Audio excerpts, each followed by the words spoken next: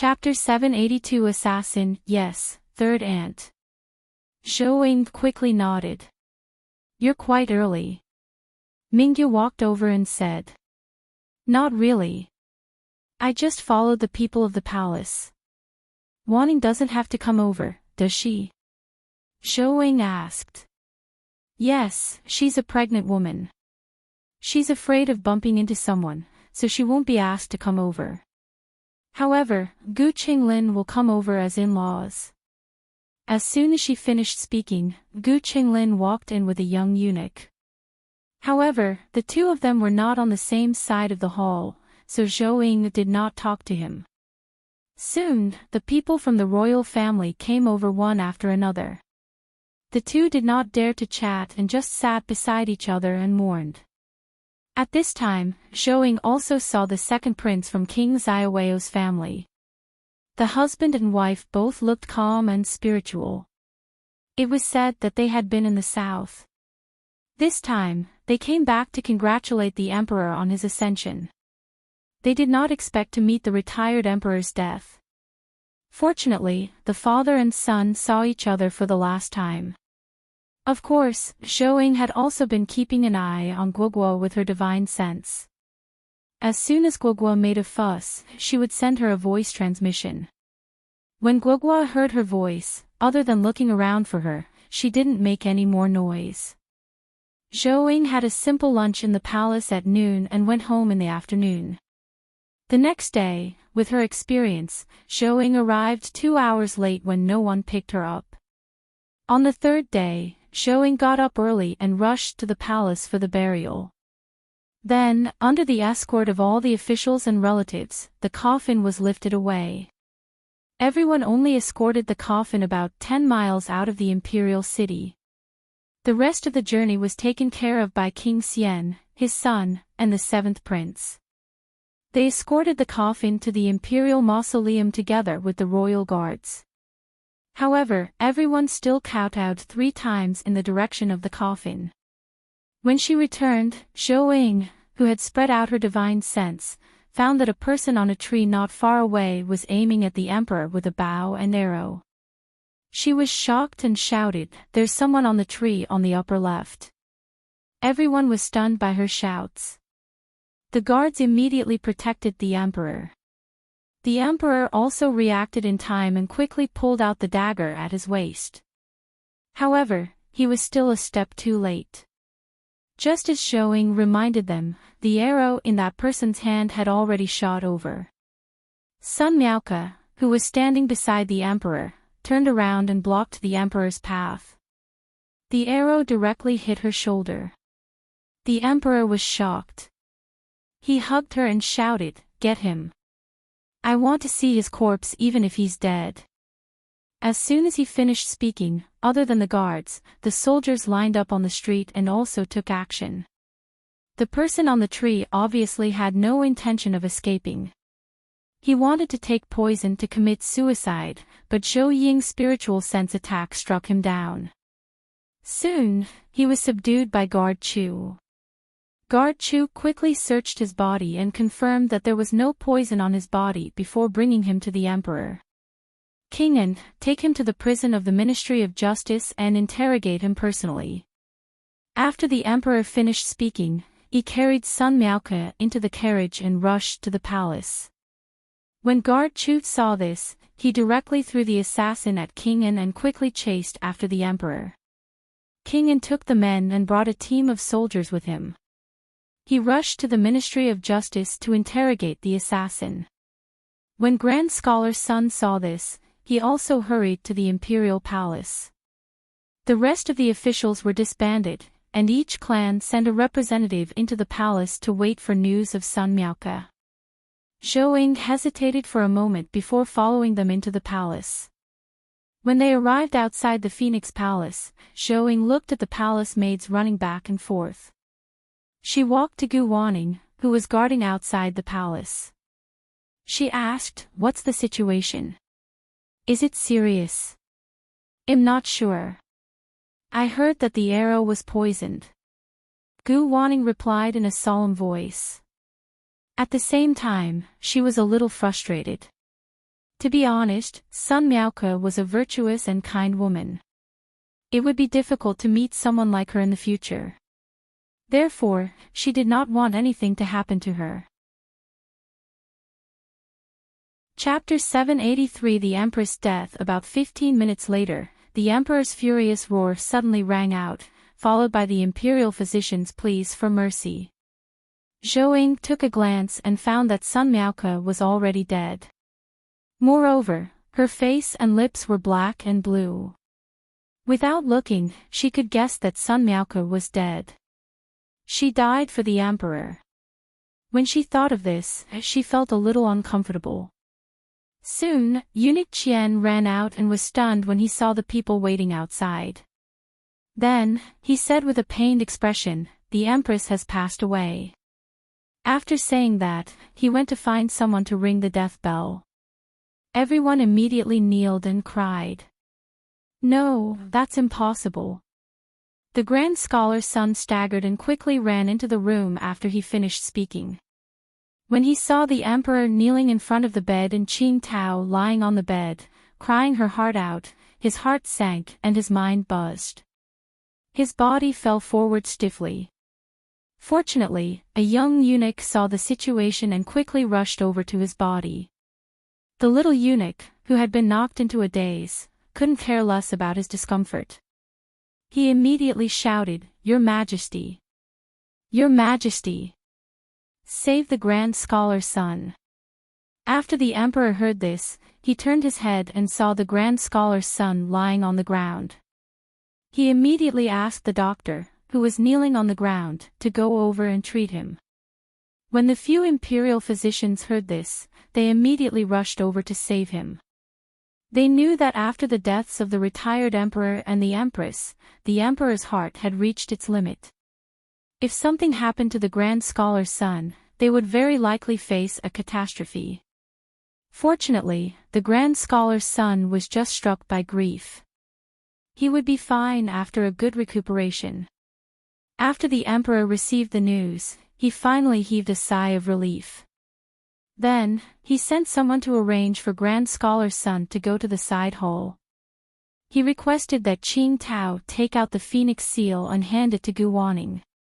He then saw Consort Xian and stepped forward. "I'll have to trouble you to help Wanning with the Empress' funeral." "I obey your decree." Consort Xian quickly bowed. After that, she brought people into the house and first changed the Empress into her court clothes. Then, she tidied up her appearance and carried her to the door. The Emperor looked at Zhou and asked, "You were the one who shouted at the city gate, right?" "Yes, at that time, I felt something dazzling. Then, I vaguely saw an arrow, so..." Zhou lowered her head. "It's not your fault.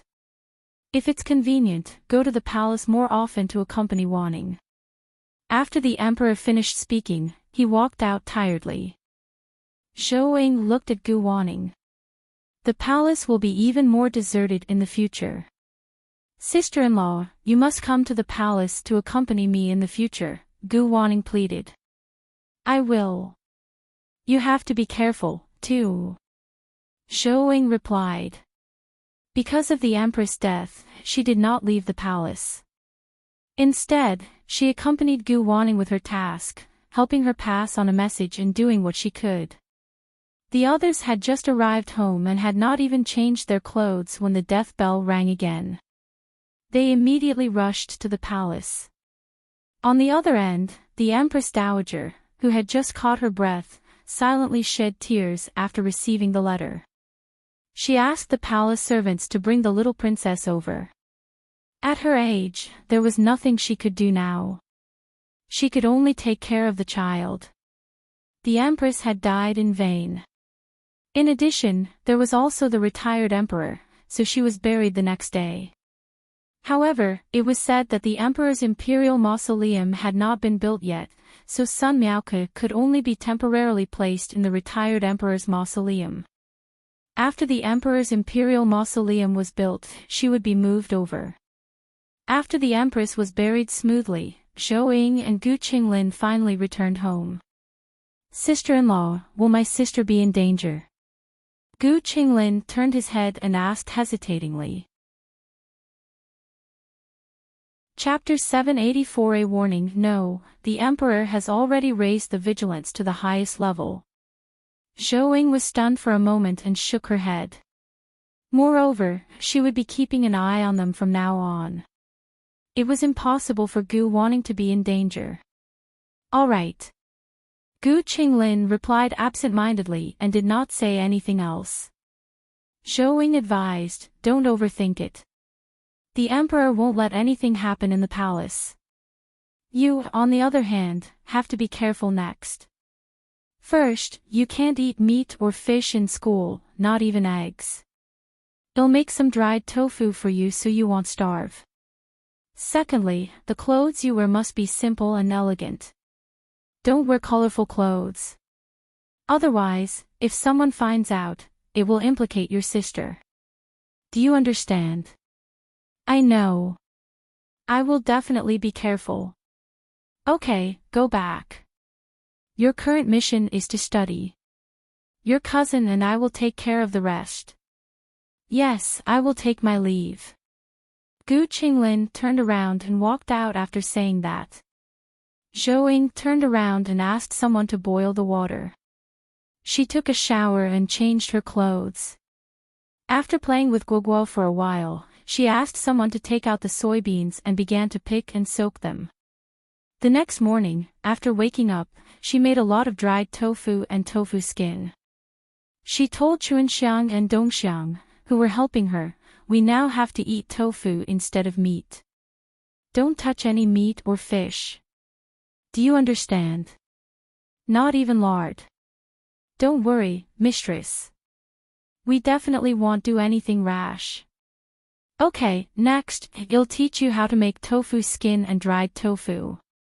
After Zhou Ying finished speaking, she explained it to them while doing it. It was already noon when they finished. After dinner, Zhou Ying brought Gu Qinglin a big bag of braised tofu and asked him to go to the academy. She brought a basket to the palace. She saw Gu Wanning sitting listlessly on the recliner and greeted her. It's hot, right? Why didn't you prepare more ice? It's fine, and I don't have the strength. Gu Wanning sat up after she finished speaking. You're tired and hot. Rest well for the next 2 days. After Zhou Ying finished speaking, she put the basket aside and added, you're pregnant now. You can't go hungry. I've prepared some tofu. Although it's not as good as meat, the taste is similar. You can save it and eat it slowly. Sorry to trouble you. Oh right, why didn't you bring Guoguo along? She was still asleep when I came out, so I didn't disturb her. Besides, she would easily make a big fuss, so it's not suitable for her to enter the palace.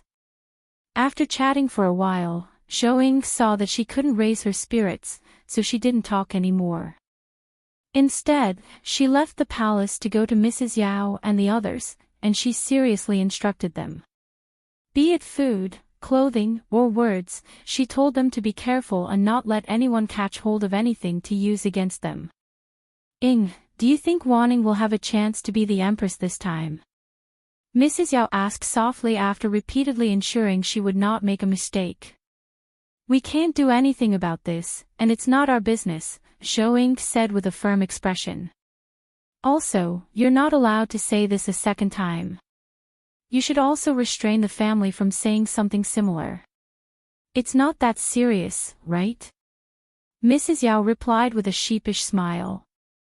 The matter of the assassin has yet to be settled. Hearing her say this, Mrs. Yao also reacted and knew this could not be mentioned again. Otherwise, people might not know what to think of their Gu family. Don't worry, she promised. I won't say it again. I won't let our family say it either. It's good that you understand. Sometimes, a seemingly inconspicuous sentence can be a disaster for us if used by others. Zhou Ying said that and left. Chapter 785 Interrogation 1. after Zhou left the palace, she went to 2 restaurants and told them about all the tofu recipes that she knew before returning to her residence. At the same time, the emperor still did not receive a reply from King An, so he ordered people to take the assassin into the imperial prison and planned to do the interrogation himself. When the assassin saw the emperor, he did not say a word. Instead, he spat out a mouthful of blood at him and said, "Don't waste your time. You have captured me." "So be it." Not waiting for him to finish, the emperor kicked his balls. "You're a man, that's for sure. I just don't know how long you can be manly." He turned to eunuch Qian and said, "Go to find the eunuch responsible for cleansing a man's body for eunuchship." "Clean his body." "Yes."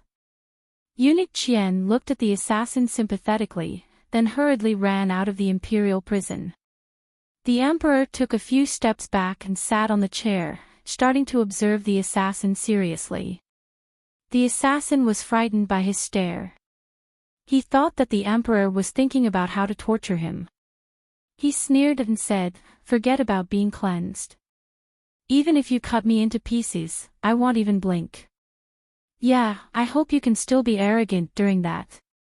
The emperor said this and mocked, "Look at you. You act so arrogantly. So why did you fall from the tree?" The assassin was furious. To be honest, he didn't know what happened back then, either. He was hiding well on the treetop, but somehow he was struck by a wave of dizziness and fell. Now that he thought about it, it was embarrassing for an assassin of his caliber. King An stepped forward at this moment and added, "Your Majesty, according to the doctor's diagnosis, he fainted from hunger and fell from the tree. Don't look at how big and burly he looks.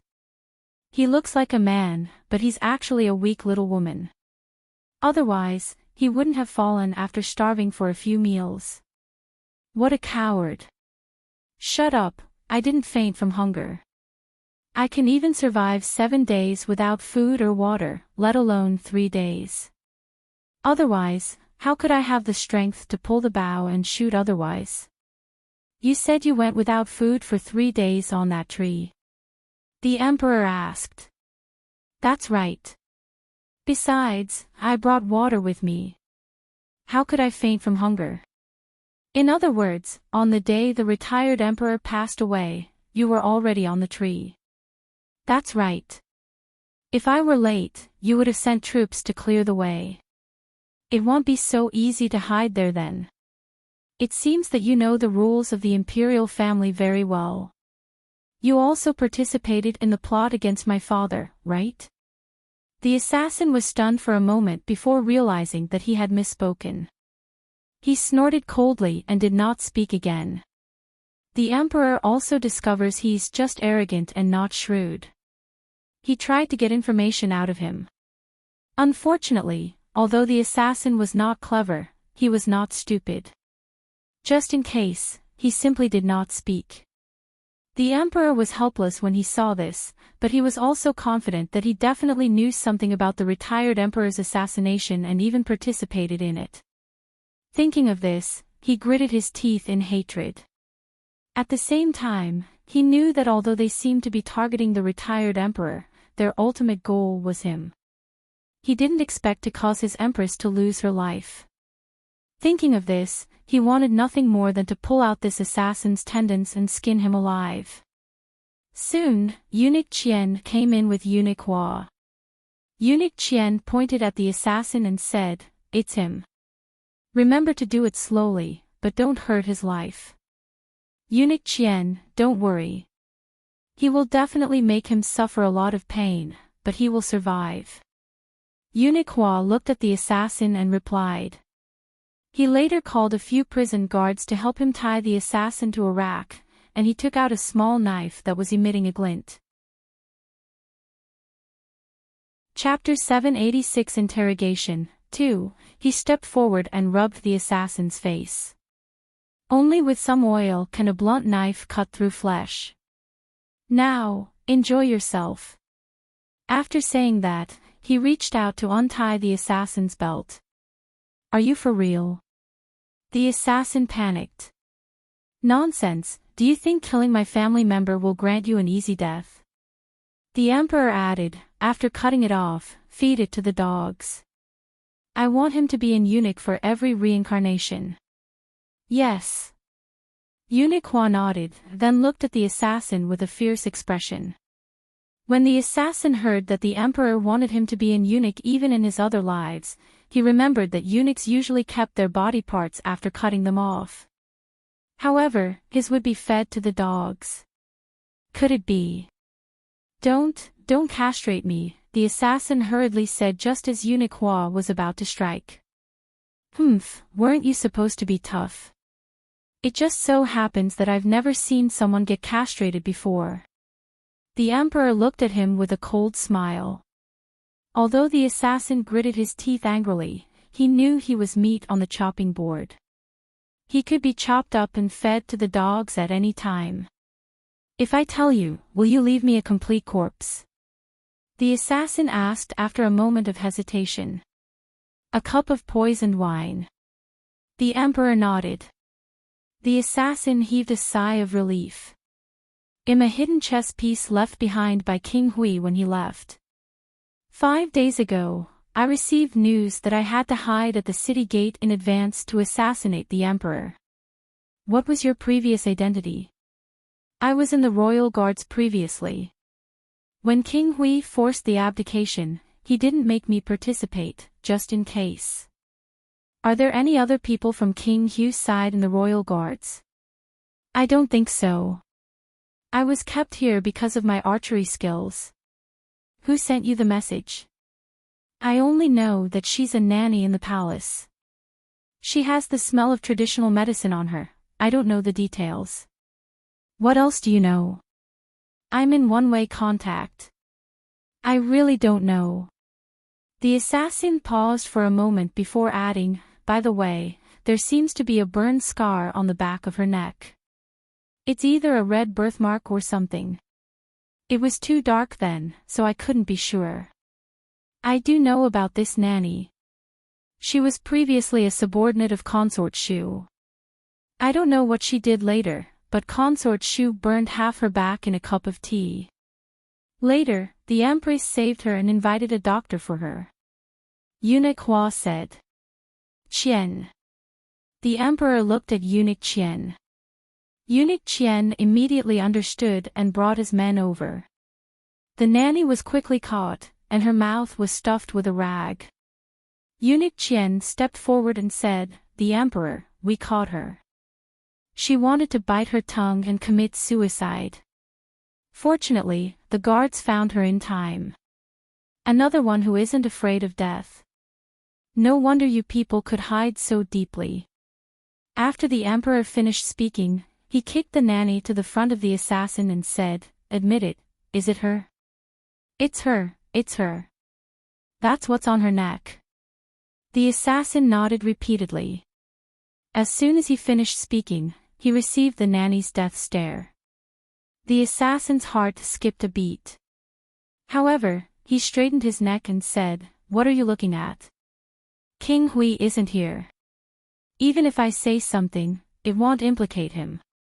The nanny stared at him even more terrifyingly. Seeing this, King An waved his hand and got someone to give the nanny some anesthetic. He said, "He's right. King Hui is not here. Just say whatever you have to say. We won't make things difficult for you. Otherwise, well, it would be hard to say what would happen to you then." Chapter 787 Interrogation 3. The emperor looked at the nanny's cold, sharp eyes and knew she would not speak easily. He turned to look at Eunuch Qian and said, "Seal the palace gates and investigate the palace servants who have come into contact with her. Capture all of them. Especially those who live in the same house and courtyard as her." "Yes." Eunuch Qian responded and walked out. The emperor also informed Xiaohang. Although he intended to force people to jump over the wall in desperation, he didn't want the palace to be in chaos. After the nanny heard this, she turned her head and looked at the emperor with hatred. I don't like this pair of eyes. Dig them out and feed them to the dogs. The emperor sneered. This one will do so. After Uniqua finished speaking, he walked into the nanny with a sinister smile. He took out a knife and directly dug out her eyes with a technique that was fast, ruthless, and accurate. No matter how calm she was earlier, she screamed in pain. Her voice screeched louder than that of a vengeful ghost. Hearing this, the assassin's hair stood on end. At the same time, he was glad that he did not hold on earlier. Otherwise, the scream would have come out of his mouth. After her eyes were dug out, Uniqua quickly applied a layer of medicine to her eyes and sprinkled a large amount of lime powder. This was so that it could quickly disinfect and sear the wound, thus quickly stopping the bleeding and any possible infection. You dog of an emperor, the empress was right. You are the most ruthless person in this world. The nanny shouted at this moment. However, due to the anesthetic, her shouts were feeble. The emperor dug his ears and said, "You are stupid. In this world, who can be more ruthless than the ex-empress and her son?" Ignoring the ministers who had died in their hands and the innocent children of the ministers' families. What about the commoners? The most typical example was when King Hui went to the south to build the river embankment. In order to force the local officials to collude with him, he cruelly killed all the strong laborers. Can you imagine the scene of blood flowing like a river and corpses strewn all over the ground? Relatively speaking, I only dug out your eyes. Do you think you're innocent? Do you dare say that the retired emperor and my empress deaths had nothing to do with you? No. You deserve to die.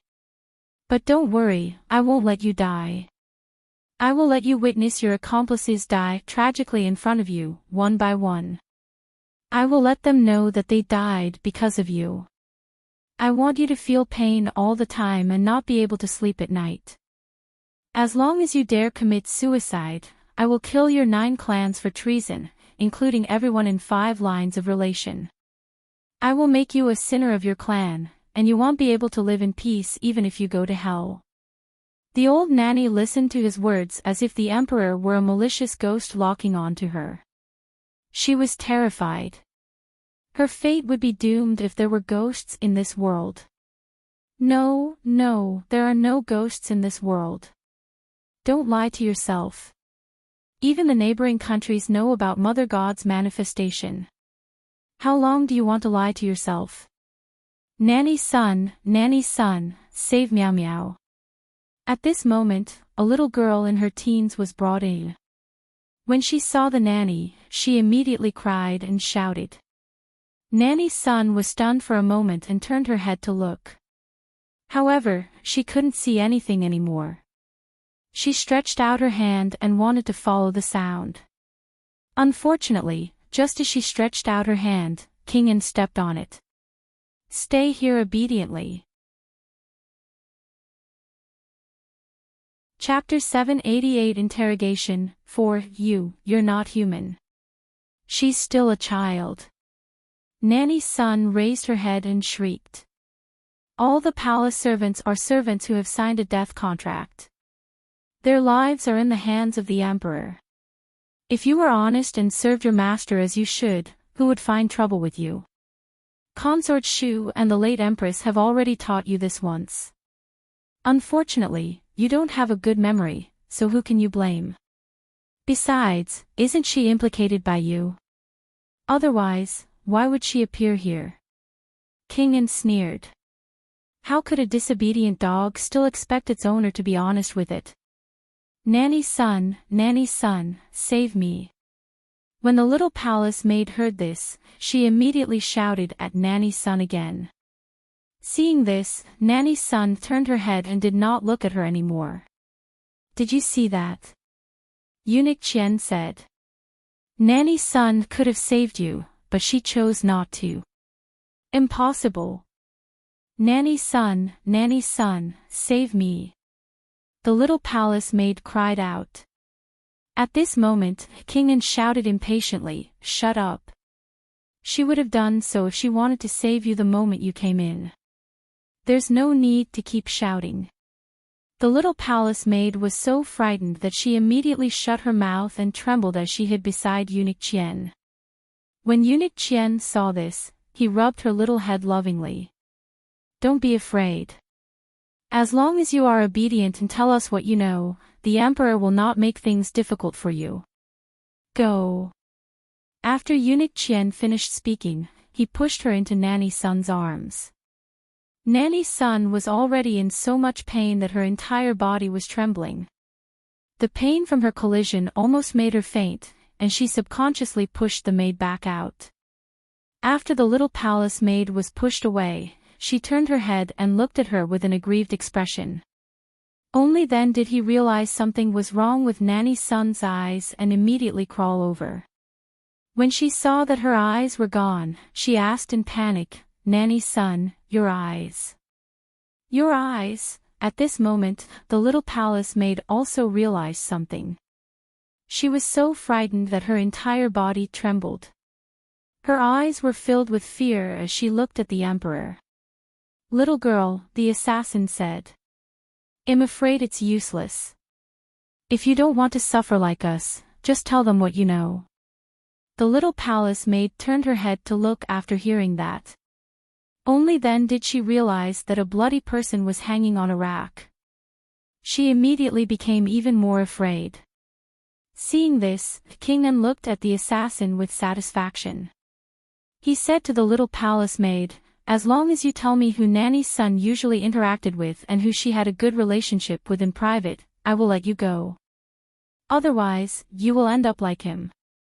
King An pointed at the assassin. The little palace maid immediately started crying. You only have 15 minutes. The emperor said. The little palace maid didn't know what to do and could only look at Nanny Sunday. Seeing her shake her head, she lowered her head and shut her mouth. Seeing this, Eunuch Hua stepped forward and brandished his knife. Little girl, you're quite stubborn. Why don't you accompany Nanny Sun? No, don't. The little palace maid was so frightened that she immediately shrank back.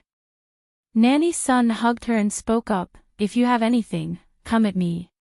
Don't ask her. She doesn't know anything. But she's keeping quiet.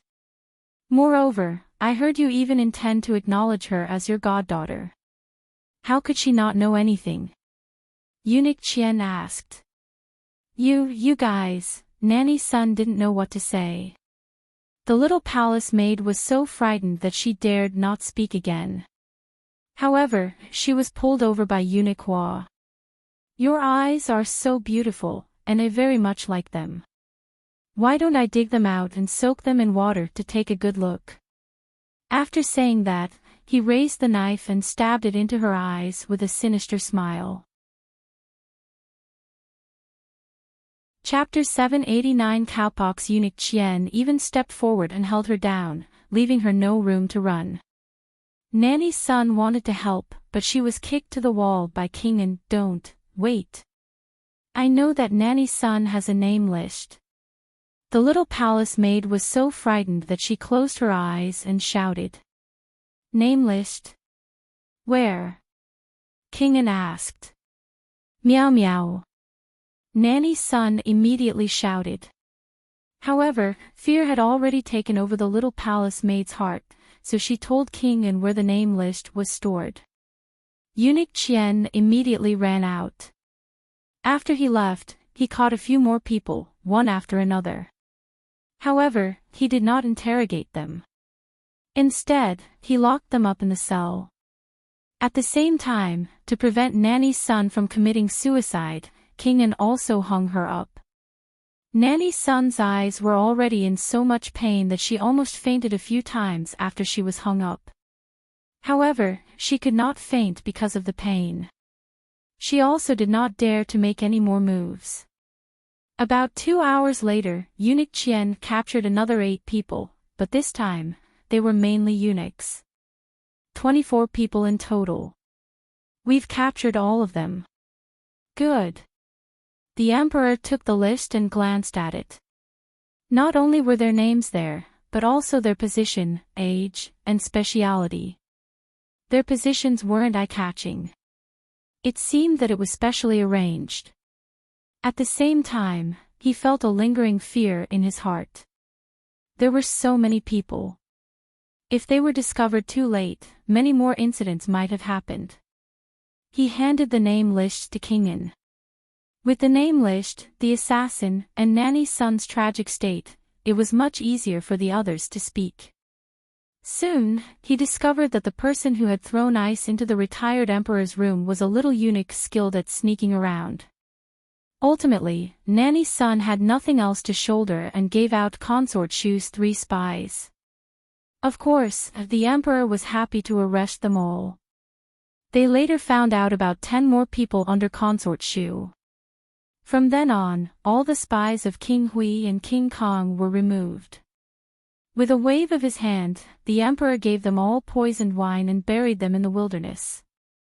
Zhou Ying, who had been paying attention to the palace, finally heaved a sigh of relief. At least Gu Wanning was now in a safer position.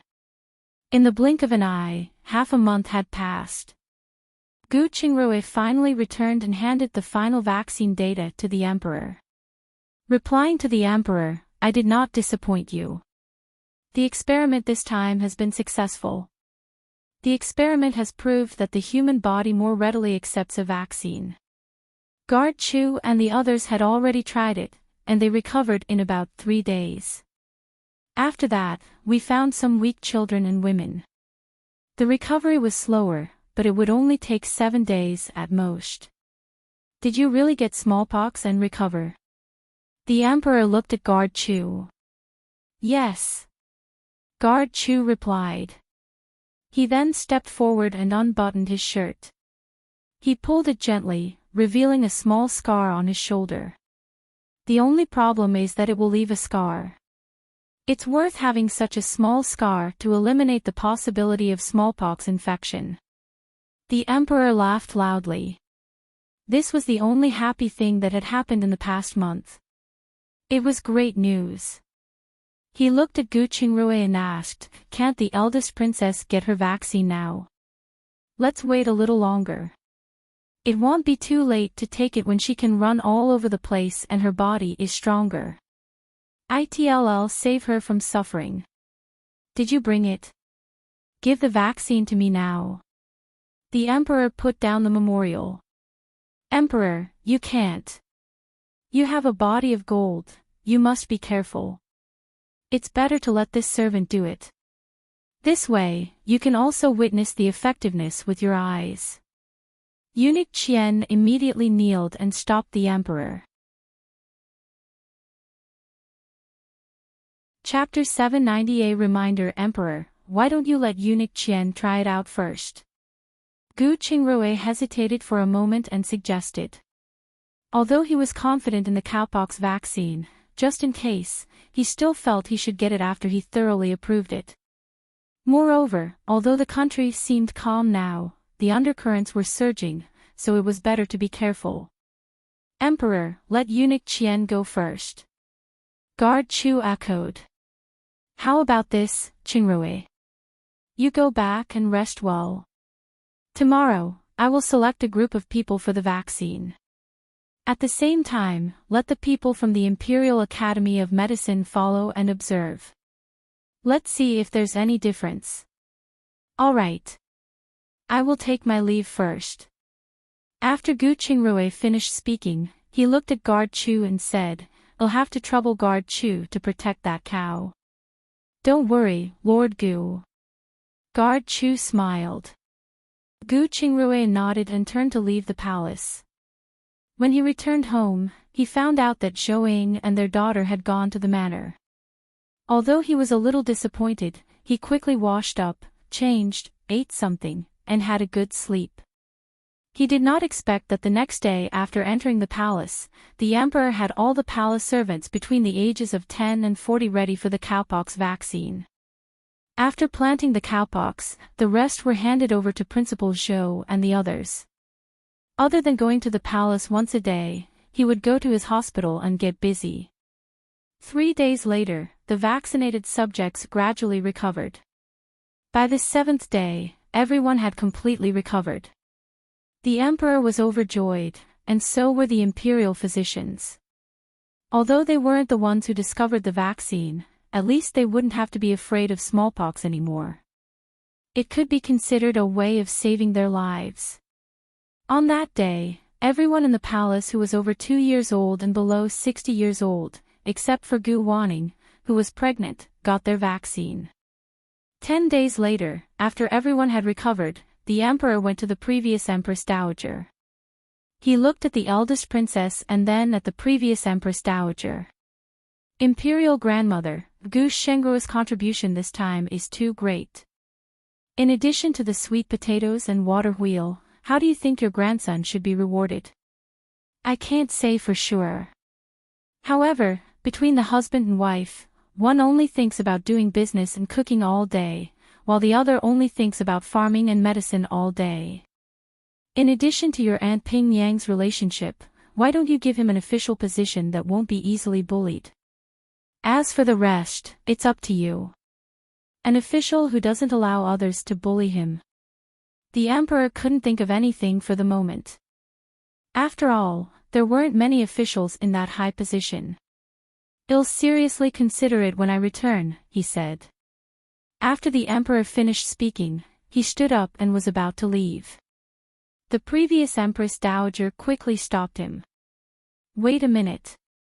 What do you think about your back palace? After the empress passed, only Wanning is left. The courtiers would send a memorial for you to choose someone sooner or later. Also, there's also your father's concubines. It's not a good thing to keep them here. It'll be troublesome if the public makes some unpleasant remarks. Did you hear something? The emperor asked. No, but don't forget that some of your father's concubines are still quite young. Some of them are even virgins. It's inevitable that ambitious people will target you. It can't be. If there weren't such signs, would I have asked?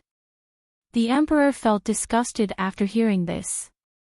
He then asked, Imperial grandmother, what do you think about letting these concubines who don't have sons out of the palace? Especially those who are virgins. Isn't that kind of you? I'm just afraid that they won't appreciate your kindness. The previous Empress Dowager paused for a moment. How about this? I'll arrange for people to gauge their and their families' reactions. If they can accept it, then let them out.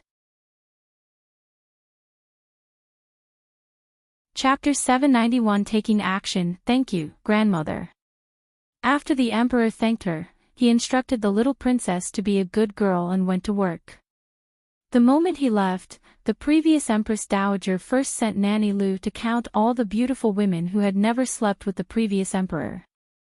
She sent someone to call Consort Xian and her daughter-in-law, King An's family, and the 3 generations of the old woman into the palace. I called you all here today to ask for your help. Mother, if you need anything, just tell me. Consort Xian said. Yes. If there's anything you need, please instruct us. Elder Consort echoed. I will say it directly. You should also know that a group of women in the palace have served the previous emperor. Some of them are even virgins who have never slept with him. Letting them accompany him for the rest of their lives is too cruel.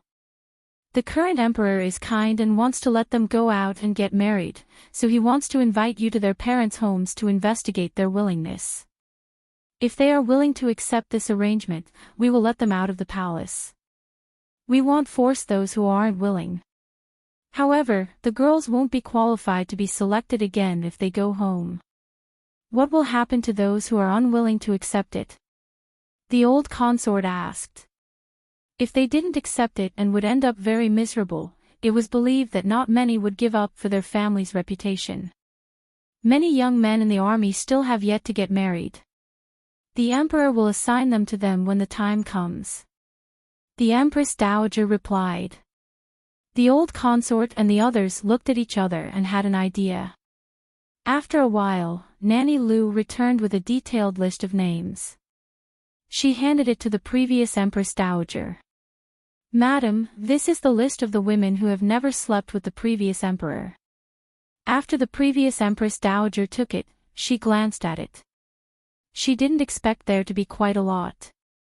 The younger one entered the palace during the last selection and was only 22 years old. The older one was nearly 40 years old. Her damned son was really guilty. She was too careless. Those who were over 25 should have been released like palace maids. She selected those who had family members in the capital and assigned them to 5 people. After they left, she handed out the list of people with no family in the capital. She gave it to Nanny Lu. "Send these letters to their families and ask for their opinions." "Yes." Granny Lu paused and asked, "Madam, the 2 oldest ones want to stay in the palace. They used to work in the embroidery room when they had nothing to do. They said they wanted to become embroiderers." The previous Empress Dowager nodded thoughtfully and said, "Check them out first if these 2 people are safe. If they are, they can stay. Otherwise, they can't stay in the palace." No matter what, the late emperor wasted their youth. It would be dangerous for the current emperor if they were to harbor resentment in their hearts. "Yes." Nanny Lu responded and left with the name list. After the emperor returned to the royal study, he thought about it and could not decide on what official he should give Guqingrui. Luckily, this matter was not urgent. What was urgent was to spread the vaccine as soon as possible. At the thought of this, he summoned the imperial physicians, including Guqingrui, into the palace and asked, "Everyone, tell me, how can we quickly and effectively promote the spread of vaccines? I think we can send 2 more imperial physicians out to supervise the local doctors' cooperation." Imperial physician Lu replied, "It will be a little slow. We can send more doctors from the capital and teach them how to get the vaccine from cowpox. Everyone will head out to different places together, and it will be promoted faster." Principal Zhou stepped forward and suggested. Following that, the other imperial physicians also came forward to express their thoughts, but they were all similar and had no new ideas. The key was to control the doctors among the people and not spread the fear of cowpox. Chapter 792. A method. The emperor finally looked at Guqingrui, standing at the side, pretending to be stupid. He asked in a bad mood, "Guqingrui, tell me what you think."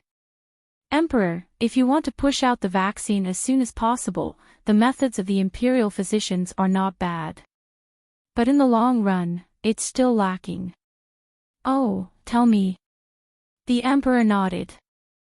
He also felt something was wrong but couldn't figure out what. Although the few imperial physicians were indignant, they did not refute him because he discovered the vaccine.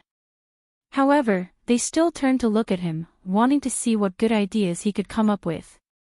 Humans are always giving birth endlessly. This year, we can promote the spread of cowpox as a smallpox vaccine. What would happen to the children growing up next year? Should we do this once a year? Therefore, I suggest that a medical center belonging to the imperial court be established in each county or even town.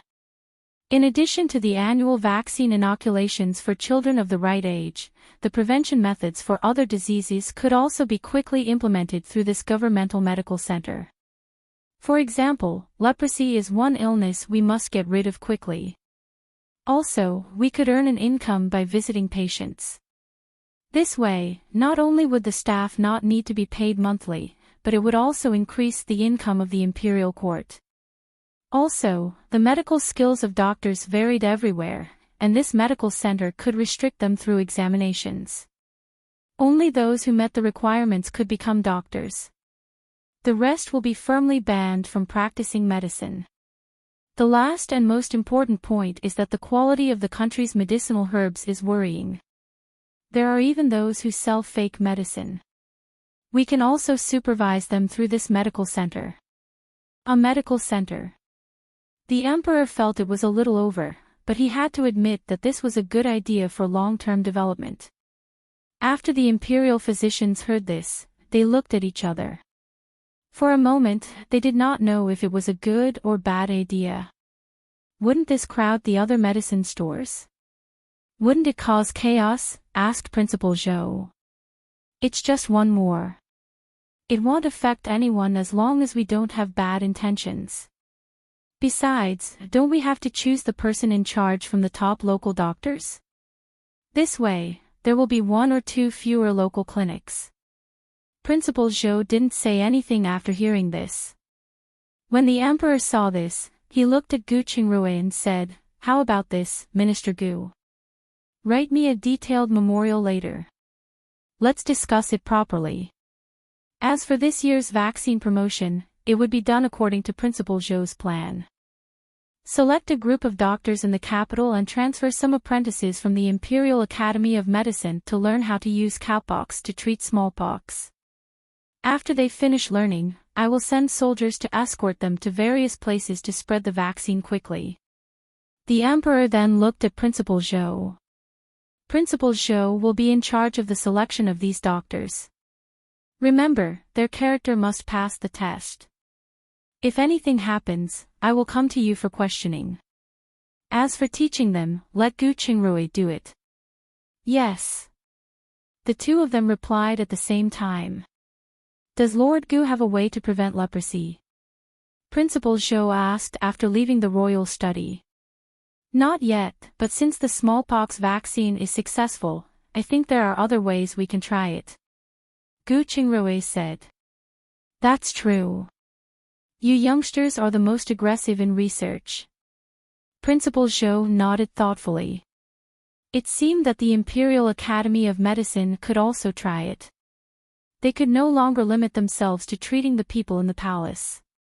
Gu Qingrui said a few polite words and left. When he returned home, he saw Guogua, who was already able to walk with Zhou Ying's guidance. He went forward and smiled. Guogua, you're so awesome. Come to Daddy. After saying that, he leaned over and clapped his hands at her. When Guogua saw him, she also smiled and clapped her hands. Then, she walked over to him with a serious expression on her face. When she was almost there, she suddenly smiled and threw herself into his arms. Chapter 793 Autumn Harvest. Gu Qingrui immediately squatted down to support her. He picked her up and kissed her on the cheek. Guogua is the best. Guogua immediately laughed when she heard the compliment. Are you not busy today? Zhou Ying stood up and asked. Why are you back so early?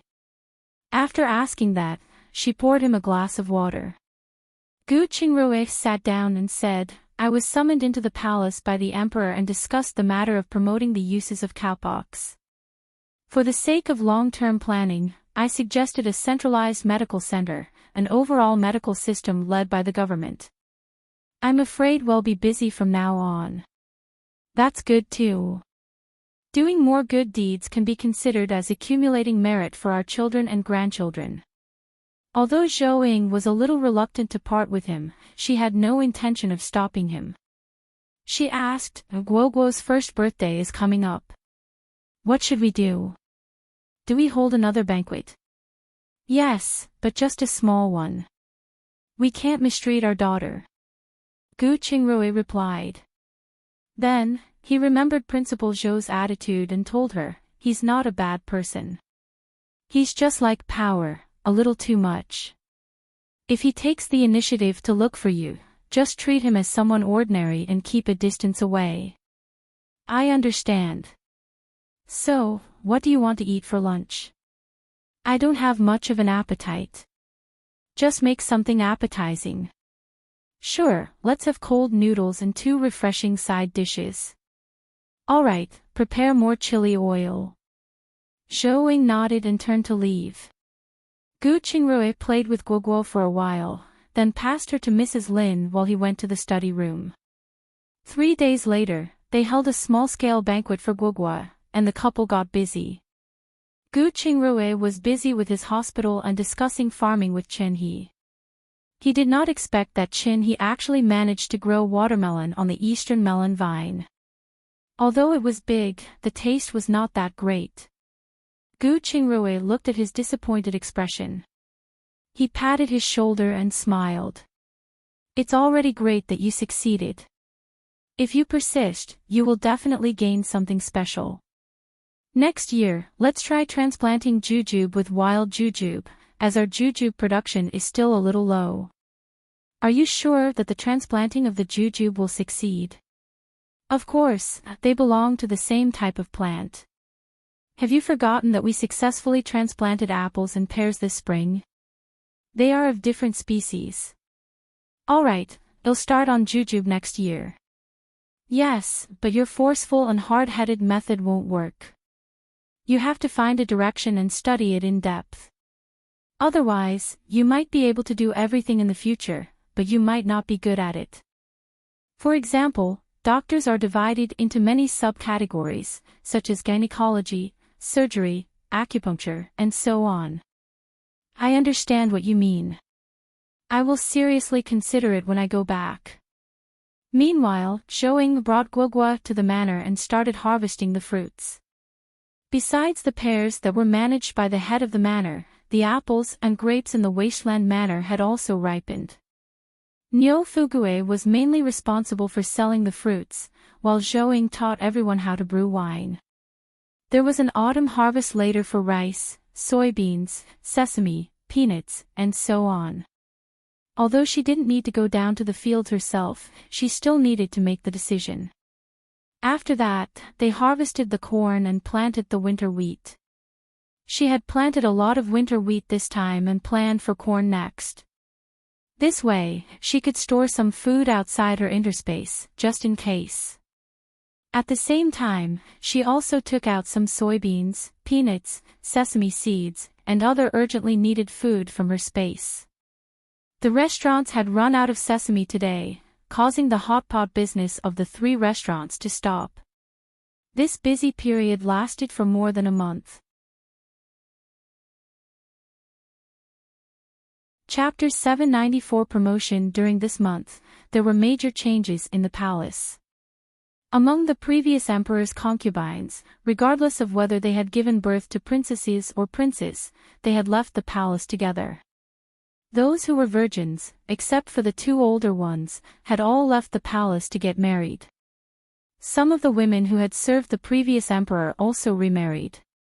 However, most chose to go to the imperial mausoleum to mourn for the previous emperor, and 2 decided to go to the Mother God Temple to serve her.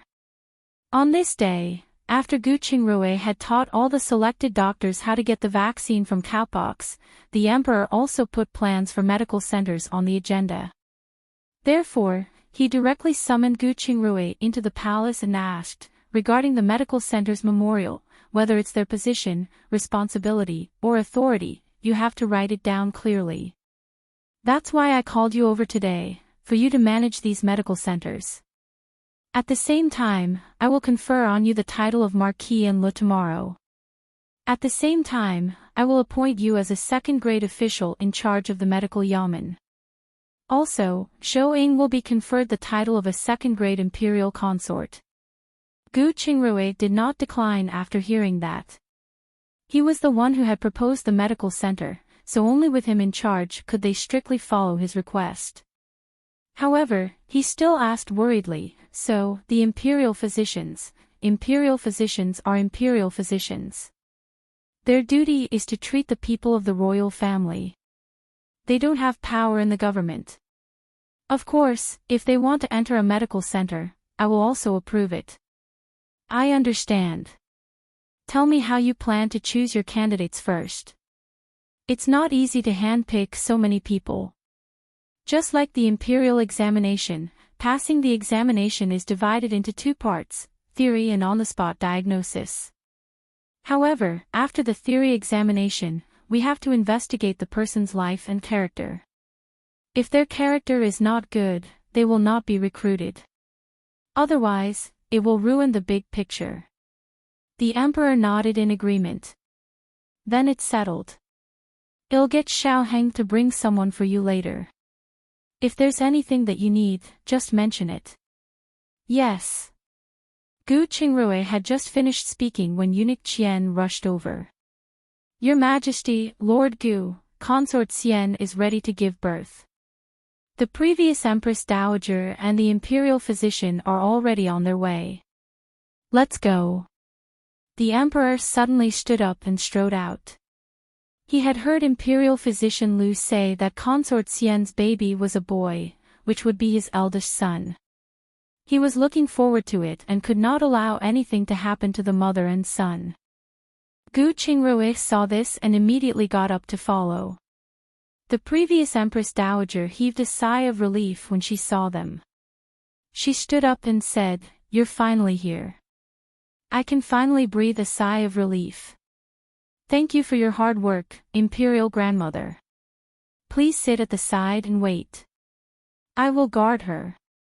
After the Emperor finished speaking, he helped her sit down. The other people in the courtyard immediately bowed to the Emperor. Greetings, Grand Empress Dowager. Gu Qingrui stepped forward and bowed after everyone got up. No need. Sit, sit. Let's wait together.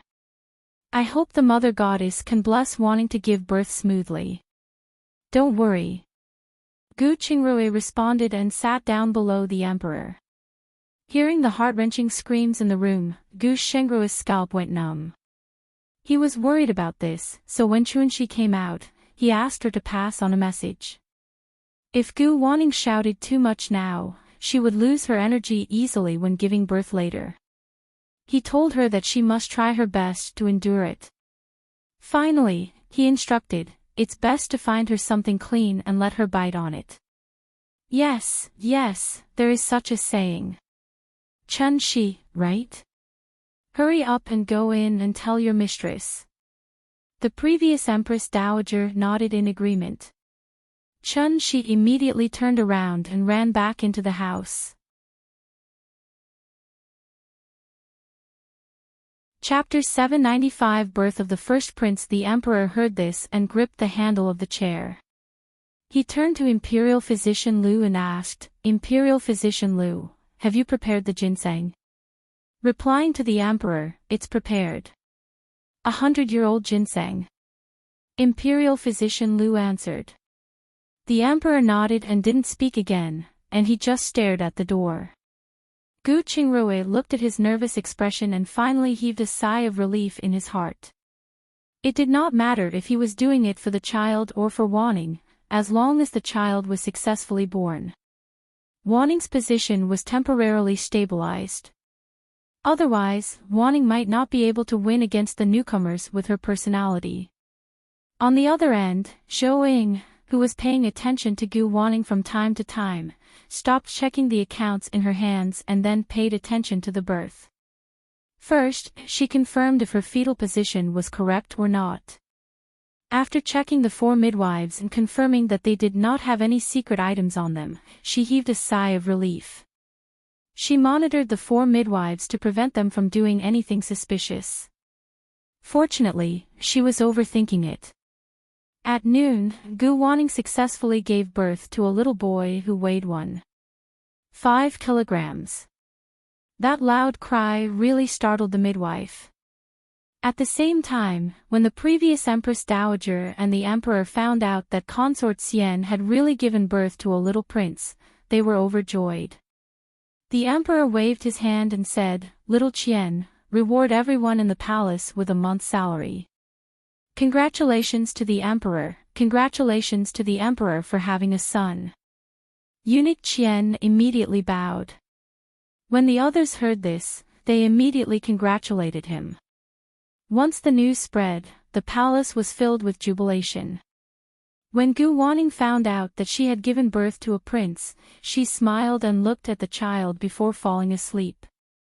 At this moment, Zhou Ying realized that Gu Wanning's head was really blessed with good fortune. There was even a faint purple aura. It seemed that there would be a joyous event in the future. When Gu Qingrui returned, he saw Zhou Ying coaxing Guogua to sleep while grinning. He went forward and asked, "What's the good news? Why did you come back late?" Zhou asked back playfully. Gu Qingrui was surprised by her question for a moment. "Hold on. I'm sure you know more details than I do." "Of course. Ever since the previous Empress incident, I've been keeping an eye on the palace from time to time. After I found out that Gu Wanning was about to give birth, I watched her the entire time. Do you think the Emperor will make Wanning the Empress?" Zhou whispered to him about Gu Wanning's good fortune. Gu Qingrui was stunned for a moment. "It's very possible. It's taboo for the eldest son to be born from a concubine. Moreover, Wanning is not bad in all aspects. The only weakness is that her family behind her is weak, but this was not necessarily a bad thing in the eyes of the Emperor." "No, we're not weak now." Gu Qingrui was reminded and told her that the Emperor wanted to confer him the title of Marquis Enlo, as well as Zhou Ying's second-rank imperial mandate. "In the end, we still can't escape this. So be it. However, you can't be so busy that you forget about us. Don't worry. You and our daughter are my focus." Gu Qingrui kissed each of their foreheads. "By the way, have you eaten?" "Yes, I ate with the Emperor before coming back." "Did the Emperor mention he would hold a birth ceremony for the little prince?" "He said he wouldn't do it. Just like us, he'll have a 1-month-old celebration." "Alright, then I'll pack some supplements and send them to the palace over the next 2 days. Give Wanting 2 bundles of bananas. They're good for the body. There's also durian. I wondered if she's okay eating that," Gu Qingrui said. Chapter 796. Sending gifts. A banana is fine, as it can still be found in the capital. As for durian, I have yet to see even one here. We should forget about it. Alright, do as you see fit. The next morning, Zhou and her husband had just finished breakfast when the imperial edict to confer Gu Qingrui the title of Marquis of Enlo and Zhou the title of second-rank imperial consort arrived. After the two of them politely sent eunuch Qian away, Gu Qingrui went to his hospital to get busy. Meanwhile, Zhou packed some red dates, wolfberries, and a bird's nest. They were all produced from her interspace and were all top-grade harvests. She also prepared a fruit basket. There were bananas for Gu Wanning, while the apples and grapes were for the previous Empress Dowager. After her preparations, she handed Guogua to Mrs. Lin and brought Shizhu into the palace. She visited Gu Wanning but noticed that she was still recovering. After putting down her gifts, she looked at the eldest prince and went to the previous Empress Dowager. "Ah, you're here. You haven't come to see me in a while."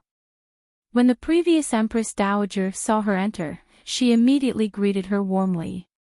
"My bad. So, I came here today to apologize." Zhou put down the 2 baskets of fruits. "Here are some fruits. Do have a taste." "Lovely. Your grapes are very sweet. I love to eat them, as does the eldest princess. It's just that we can't store them well. I didn't expect you to have some still. If I had known earlier, I would have asked for more for you. I made a cold storage with ice and stored some for myself. Since you like it, I'll send some over later." "Cold storage. Is it an ice cellar?" the previous Empress Dowager asked curiously. "It's similar. You just need to put a layer of ice on the bottom or the top, and then put some lime on the other layer to disinfect it and remove the dampness. Lastly, you need to put some straw on it to keep the cold in." "I see. The food won't be frozen by this either." "Yes, but the time it can be preserved is limited. This is already a great deal." "Granny." The eldest princess ran over and looked at the grapes. "You greedy little cat. You and your sharp eyes." The previous Empress Dowager smiled. She then handed 2 large bunches of grapes to Nanny Lu. Wash them and give everyone a taste. Yes. Nanny Lu responded and walked out with the grapes. The eldest princess stayed behind and leaned into the previous Empress Dowager's arms. She looked at Zhou curiously. Zhou smiled. She took a pair of pink pearls from her purse, or rather, from her interspace. She handed it to her and said, "Eldest princess, take a look. Do you like it?" The eldest princess turned her head to look at the previous Empress Dowager. Seeing that she did not object, she reached out her tiny hand and grabbed it. She smiled. "Thank you, Auntie. You're so obedient." Zhou smiled and praised her. "Oh, why didn't you bring Guogua?" The eldest princess would have a playmate of the same age then. She just learned how to walk. How would I dare to bring her here? We'll have to wait until next year. Zhou replied. "That's right. Wanning has given birth now. Come to the palace more often in the future." "Definitely." After that, the two chatted for a while before Zhou left. 3 days later, she sent some more grapes again. This time, she also gave the eldest princess a set of building blocks and taught her how to play them. On the northern continent. In a tribe not far from the capital, King Hui looked at the person kneeling on the ground and asked in disbelief, "What did you say?" "Say it again." "The second master, as well as all the spies in the palace, are dead." The smallpox disease was also quickly controlled. Only 12 people died, and the palace was not affected. After the person on the ground finished speaking, he lowered his head and did not dare to speak again.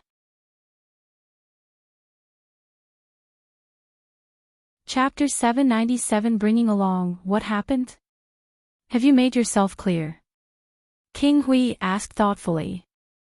He had designed so many traps, but he did not expect that he would still be unable to take his third brother's life. Instead, he had lost all his chess pieces. Something must have happened that he did not know about. Gu Qingrui was the one who discovered the smallpox. Because he discovered it in time and controlled it quickly and accurately, it was eliminated before it spread. It was also when he was investigating the root cause of smallpox that he found Second Master and the others, so, later on, he discovered cowpox. I heard it could prevent smallpox, and now he has begun implementing it. As for the people in the palace, after the Empress died, they caught the assassins, and everyone else was caught subsequently.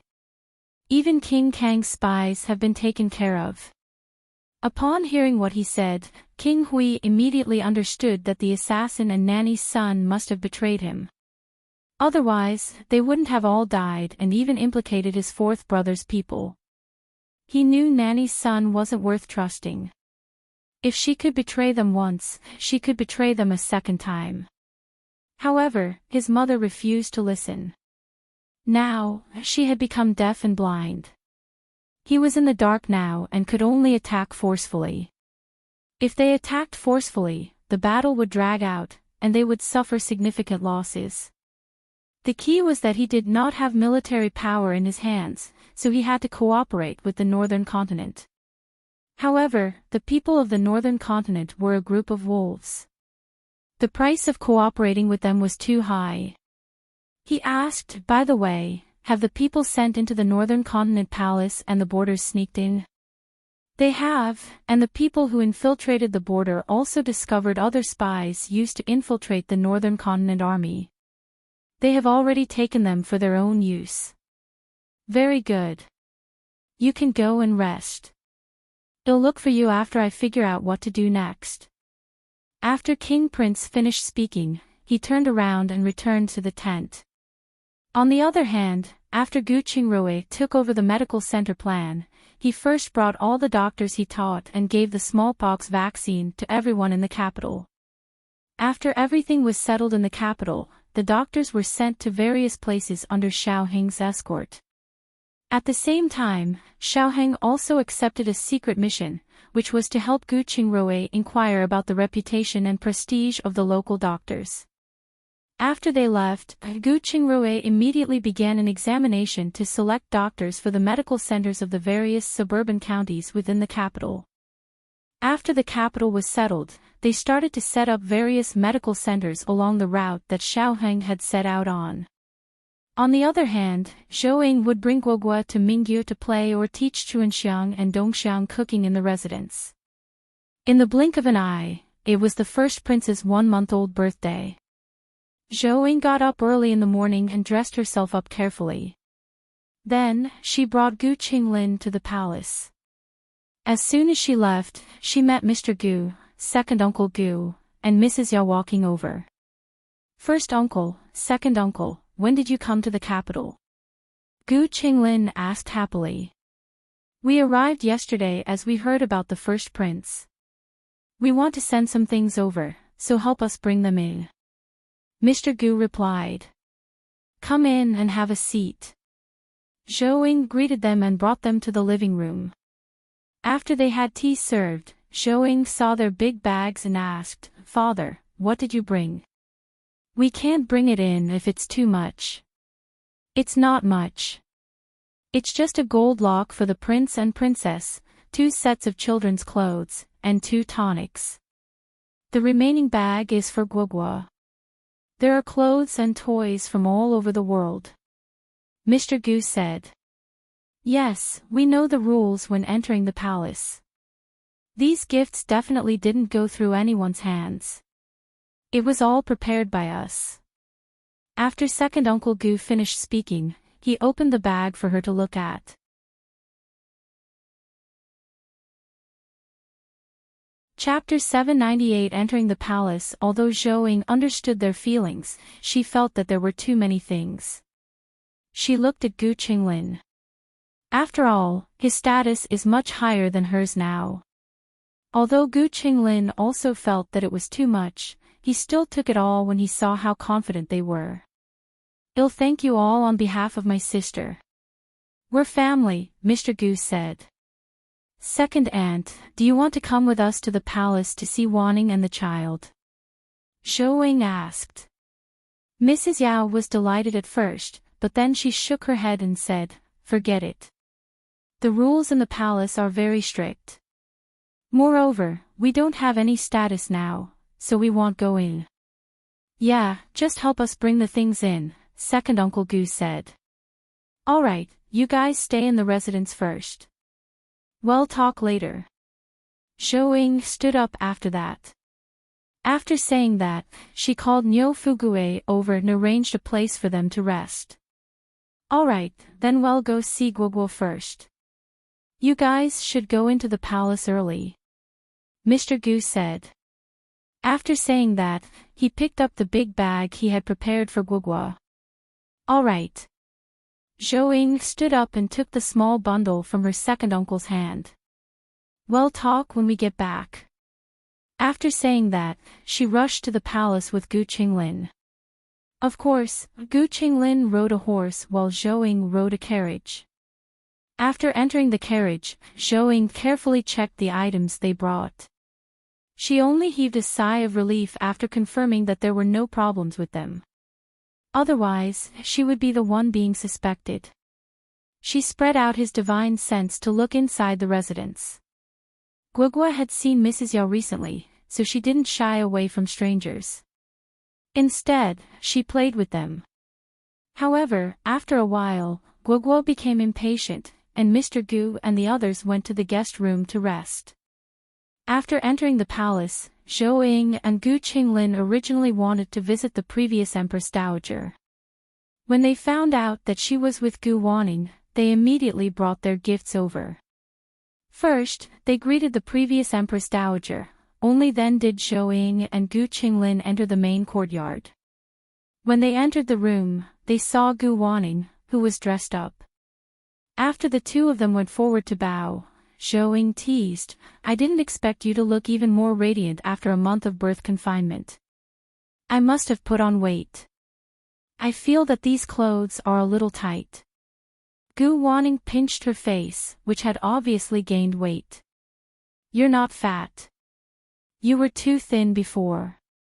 But after the confinement period, move more, eat less portions, but more meals. You'll lose the weight soon. Showing looked at her and asked. Where's the eldest prince? Is he awake? Yeah, where's my little nephew? I haven't even met him yet. Gu Qinglin echoed. He's awake. The little guy is full of energy. Gu Wanning smiled and brought them to a small cubicle. Seeing them come in, the two nannies immediately retreated to the side. Only then did Zhou and Gu Qinglin step forward to take a look. The first prince was staring out the window. His serious expression made it seem as if he could really see something. Gu Qinglin stepped forward and shook his little hand. Baby, I'm your uncle. You have to remember me. It'll take you to dig for bird eggs in 2 years. How old are you now? Do you still want to dig a bird's nest? You should study hard. Gu Wanning huffed. But you can't just study, right? Besides, boys have to be naughty. Otherwise, it'll be a waste when they grow up. Gu Qinglin replied. Indeed, boys should be naughty. At this moment, the emperor quipped in as he entered with the eldest princess. Greetings, emperor. Everyone immediately bowed. Get up. After the emperor finished speaking, he said a few words of courtesy. He pulled the eldest princess forward and said, This is your younger brother. In 2 years, Nan, you can come and play with him.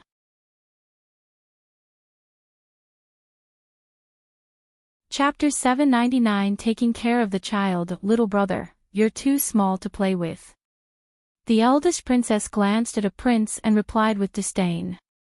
Didn't I say that it would be fine in 2 years? When is 2 years? You just need to eat 2 more seasons of grapes. Grapes. The eldest princess' small eyes immediately lit up when she heard that. When Zhou saw this, she knew that this girl really loved grapes. Unfortunately, it was out of season, so she dared not take it out again. Yes, grapes. You can play with your brother after eating them 2 more times. Now, Auntie will play these building blocks with you, okay? Zhou stepped forward and said. When the eldest princess saw her, her eyes lit up. She immediately recognized that she was the person who had played with her before. She went forward and pulled her hand. Auntie, play. All right, let's go play. You guys continue chatting. Zhou looked at the emperor and the others. I'll take the eldest princess outside to play. I'll have to trouble you. The emperor nodded. Let's go play. Zhou nodded and pulled the eldest princess out. Outside, Zhou asked the eldest princess nanny to bring the building blocks over. The two of them played for a while. However, it was obvious that the eldest princess was getting increasingly tired of playing with these building blocks and soon lost her patience. Zhou had no choice but to get someone to find paper, a stalk of broomcorn, a stick, and paint to make a colorful pinwheel for the eldest princess. She held it in her hand and turned, and the pinwheel would start spinning. The eldest princess immediately fell in love with it and started jogging around the place with the pinwheel. The nanny was scared out of her wits, but seeing the eldest princess' happy face, she could only follow her and protect her. When she was tired from running, Zhou stopped her. You must be tired. Let's take a break and drink some water before continuing playing, okay? All right. After the eldest princess finished speaking, she looked at the nanny. The nanny immediately took the water she had prepared and fed her a few mouthfuls. Zhou saw that the eldest princess' nose and forehead were sweating profusely and did not dare to let her run anymore. Instead, she taught her how to make a pinwheel and how to draw on it. Of course, she only taught her how to draw a smiley face. Although the lines were simple, They were easy to understand, so the eldest princess' attention was quickly diverted. I didn't expect Zhou to be so good at taking care of children. The emperor came out and smiled at the obedient and sensible eldest princess. Indeed, I also didn't expect that she would be able to play with the eldest princess. Gu Wanning added. That's because you haven't seen her before. It's fun when sister-in-law is with Guogua. Not only will sister-in-law play with Guogua, but she will also snatch Guoguo's things. However, the mother and daughter are happy every day. Gu Qinglin said. Qinglin, I heard you talking badly about me. Zhou turned her head and said. Bad, bad. The eldest princess echoed. I didn't say anything bad about you, sister-in-law. I was just praising you for knowing how to take care of children.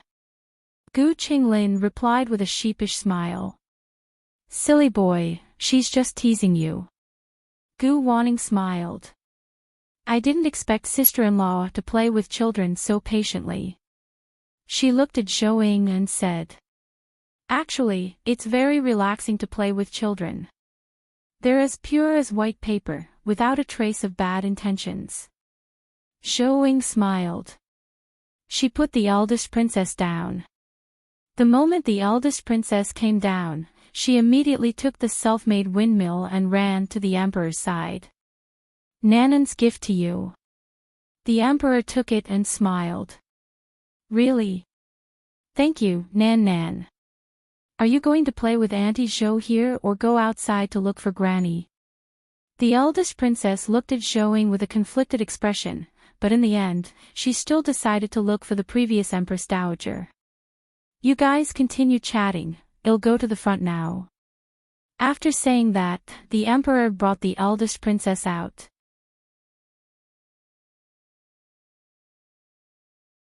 Chapter 800 Heartache. When the nanny saw this, she immediately took the building blocks and the pinwheel and followed them. Gu Qinglin felt a little uncomfortable when he saw the room full of women, so he also went outside. Zhou then sat down and asked about Gu Wanning's physical condition. At the same time, she told her that Mr. Gu and second Aunt Gu had asked her to bring her gifts. Why didn't they come in? Gu Wanning asked in surprise. They have no official position and can't come uninvited. It won't be easy for them to come in. It was my negligence. I should have arranged it in advance. You don't have to blame yourself. It's good that they didn't come. Otherwise, even if they came in, they wouldn't feel comfortable. Sister-in-law, did you have any scars on your stomach after giving birth? Gu Wanning asked softly. I have a lot on me. I'm afraid the emperor will dislike me if he sees me. You're talking about stretch marks, right? Have you asked the imperial physician? I asked, but they just gave me ointment. They said it would take 1 or 2 years to disappear. That's why I wanted to ask if Brother Gu has any medicine that can quickly get rid of it. We don't have that, but I can teach you a few stretching exercises to help you recover quickly. Really? Hurry up and teach me, please. Let's go inside. After Zhou finished speaking, she followed her into the bedroom and taught her a few movements for postnatal recovery. After confirming that she had learned it, Zhou said, take these movements slowly. You can increase the time spent bit by bit. If you keep practicing like this, your stretch marks will disappear in less than 2 months. But you have to persevere. Even if your stretch marks disappear, you should continue to practice this. It can make your stomach more tense and elastic, which is also good for maintaining your figure. I'll remember it. The two of them went out and saw Mingyuk sitting in the room, drinking tea. When she saw them coming out, she smiled. What are you two chatting behind my back? You two were hidden in the bedroom. Of course not. Sister-in-law just taught me how to regain my figure. By the way, where's Zhuang? Why didn't you bring him along? Gu Wanning asked. I have. He's playing outside with his father. He doesn't want to come in. Brother Zhou is back. No wonder you look so tired. Zhou teased. Mingyu was stunned for a moment and blushed. That's not true. Don't talk nonsense. Gu Wanning and Zhou laughed when they saw her trying to cover up. Alright, how dare you two mock me? Mingyu put down the cup after saying that and went forward to catch them, but she did not catch any of them. You guys continue chatting, I'm going outside to look, said Gu Wanning, who had run to the door. After saying that, she tidied up her appearance and carried the first prince out with her two nannies. You're not in a good mood today? Zhou asked as she sat beside Mingyu. When I came in just now, I heard those people outside urging the previous Empress Dowager to arrange a consort selection for the Emperor. Moreover, a few of them have their eyes on the Empress position. I'm afraid Wanning won't have a good life in the future, Mingyu whispered. This is destined. It's impossible for the Emperor to have only one woman. I know. It's just that my heart aches for her. Everyone has their own lives. Well, just help her more in the future. That's the only way. By the way, Heartwarming asked me to let you know when I see you. He's going to give you the accounts tomorrow, so remember not to go out. He's here to give me money, it's a good thing. Come together as a family of 3 tomorrow. How about we have a hot pot?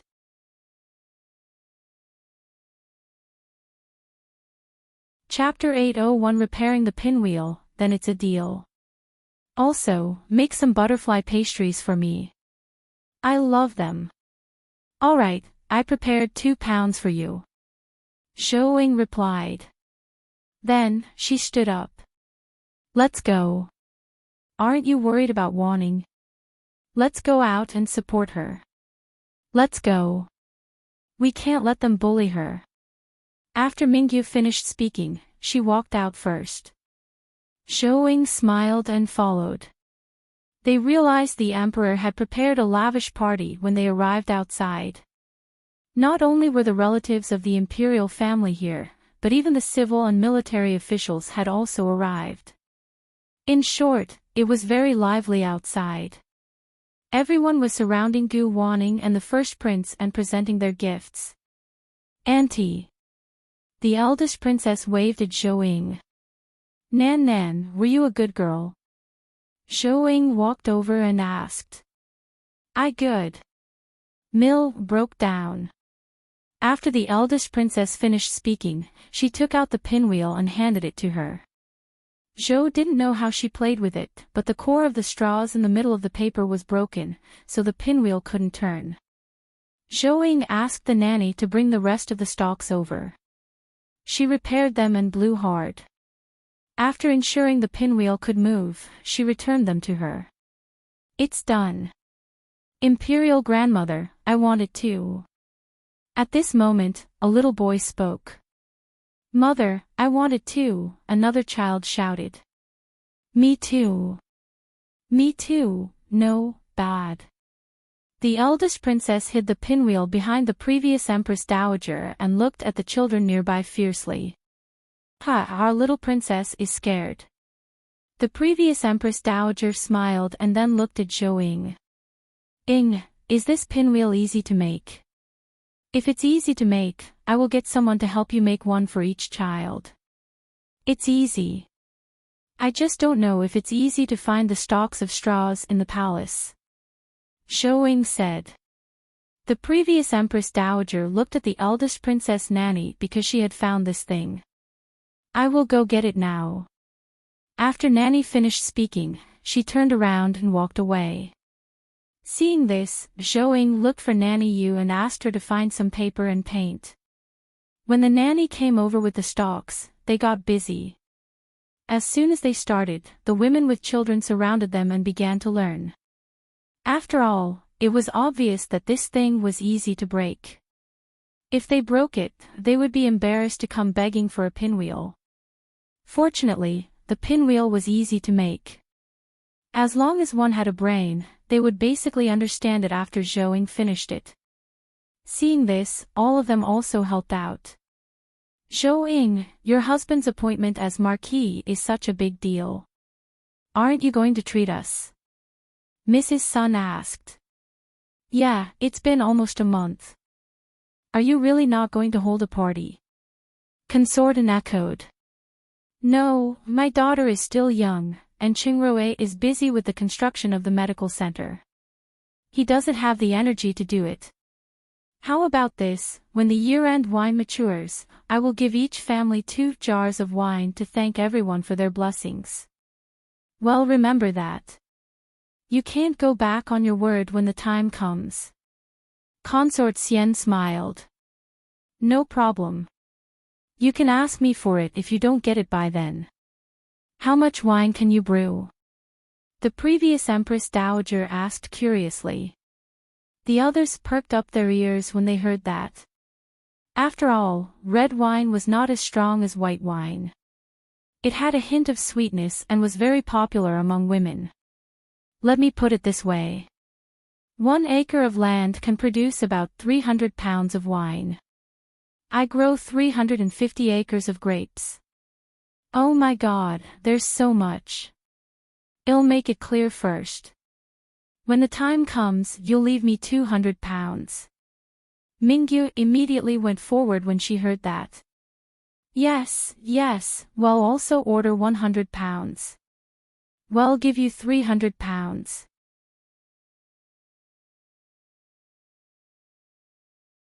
Chapter 802 Support. Seeing this, Zhou had no choice but to find a piece of paper for them to write their order themselves. If she could sell to all of them, it would save her the trouble of finding vendors. After jotting down everyone's order, Zhou put away the paper and said, "Thank you for your support. When the wine is ready, I'll send someone to send a letter to everyone." Wah! As soon as she finished speaking, the first prince burst into tears. Sister Zhou, is the first prince crying because you stole his limelight? Mingyu turned her head and teased. He's probably sleepy. Gu Wanning smiled. I don't know if he's sleepy or not, but I indeed borrowed our big baby's limelight today. As his aunt, I'll give him a big red packet during the new year. Zhou smiled. How much? I know you don't lack money. Mingyu said. Zhou turned her head and glanced at Mingyu. She was stunned when she saw her blinking at her. How about 10,000 taels of silver? I'll give that to him every year in the future. He'll have pocket money every year. Sister-in-law, there's no need, Gu Wanning was about to speak. It's not like she's giving it to you, Mingyu said. Just keep it for the child. Thank you, sister-in-law. Gu Wanning saw Zhou nod at her. I'll thank sister-in-law on his behalf. Who asked me to be his aunt? I can't call him my nephew for nothing. Zhou said. Mrs. Gu is sure generous. Congratulations to the first prince. He will definitely be the richest child in the future. Consortin smiled. The others quickly echoed. Even the Empress Dowager smiled happily. However, the first prince was really sleepy.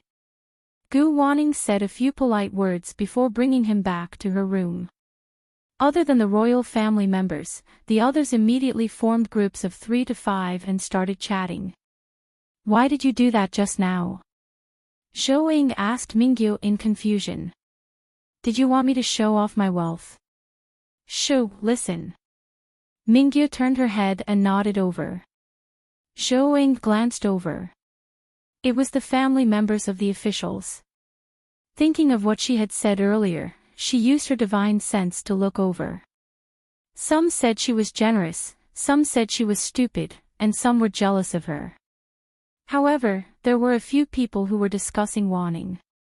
They said that with the Gu couple's support and the first prince's birth, the empress position might be hers. Only then did Zhou realize that Mingyu wanted her to back Gu Wanning up so everyone would be wary of her. Thinking about it, it made sense. Qinglin was still young. Without the help of the couple, her life would be difficult once newcomers entered the palace. After the 1-month-old banquet in the afternoon, Gu Wanning went to find Zhou. Sister-in-law, I was in a hurry earlier. You don't have to give my son so much money every year. I won't take it either. You have to. Zhou briefly explained Mingyu's intention and what she had heard. It's only a matter of time before a consort selection is held. You can't survive in the palace without money. In the future, it'll give you 20,000 silver every year. If it's not enough, send someone to send a letter. Is there really going to be a consort selection? Gu Wanning's face darkened immediately. If the Empress was here, maybe not. Remember my words from before, work hard on the Emperor. Remember, you can defend yourself, but don't take the initiative to harm others. If you have anything to say, you can tell the Emperor. He is a reasonable person and will not watch you be bullied. Also, be mindful about the previous Empress Dowager and the eldest princess, especially the eldest princess. Get closer to her and care about her. It will only be good for you. Don't worry, the Empress saved the Emperor. Even for her sake, I won't ignore the eldest princess. Yup, the previous Empress will be a future hurdle in the Emperor's heart, or perhaps a taboo. Try your best to respect her, and don't touch on this subject.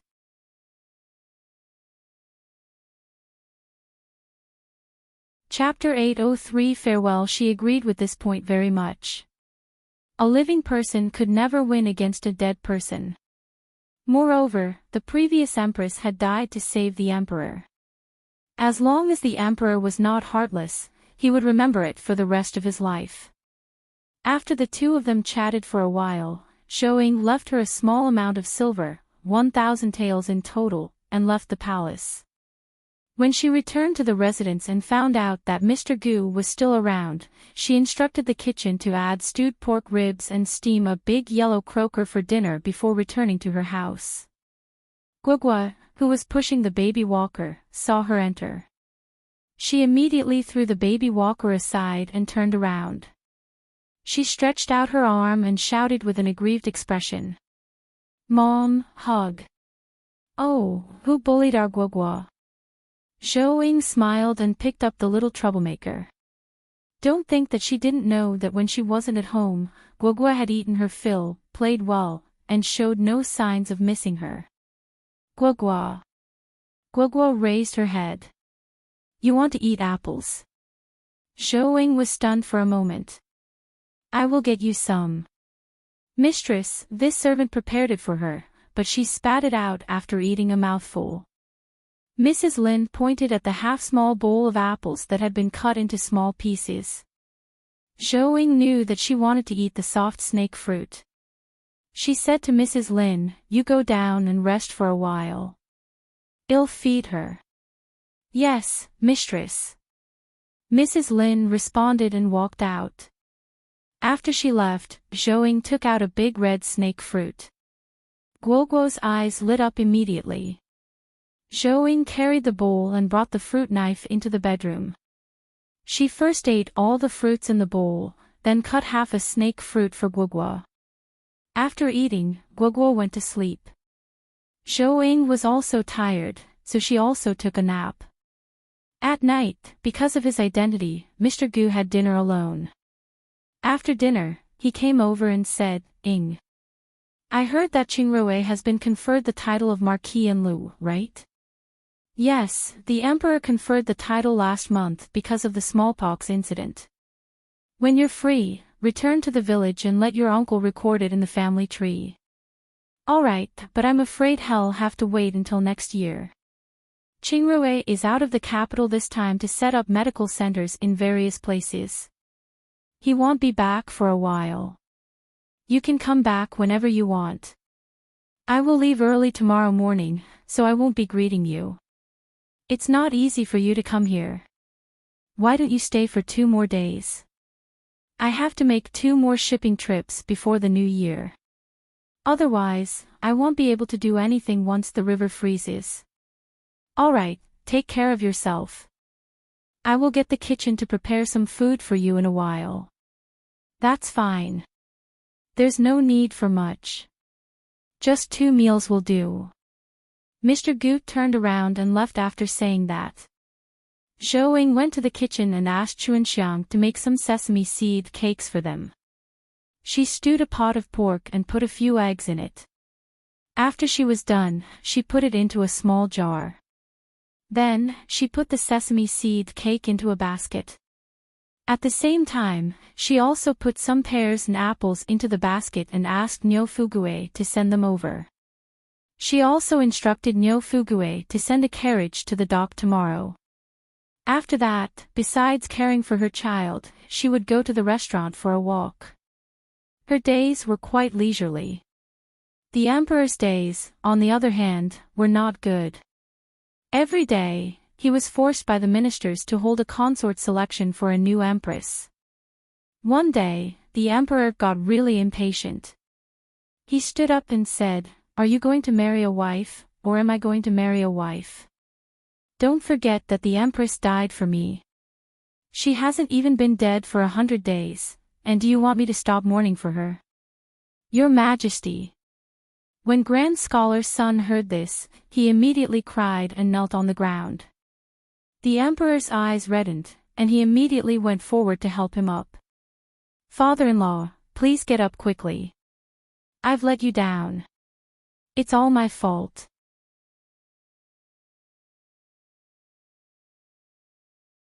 Chapter 804 A Planned Emperor, Don't say that. It's her honor to die because she saved you. It's just that, when Grand Scholar's son finished speaking, he directly burst into tears in the hall. There was heartache and regret for his daughter, as well as gratitude for the emperor. To be honest, their daughter was gone, and even if the emperor got a new empress the next day, they couldn't say anything. He didn't expect the emperor to have thoughts of mourning for his daughter. When the ministers saw this, they immediately shut their mouths.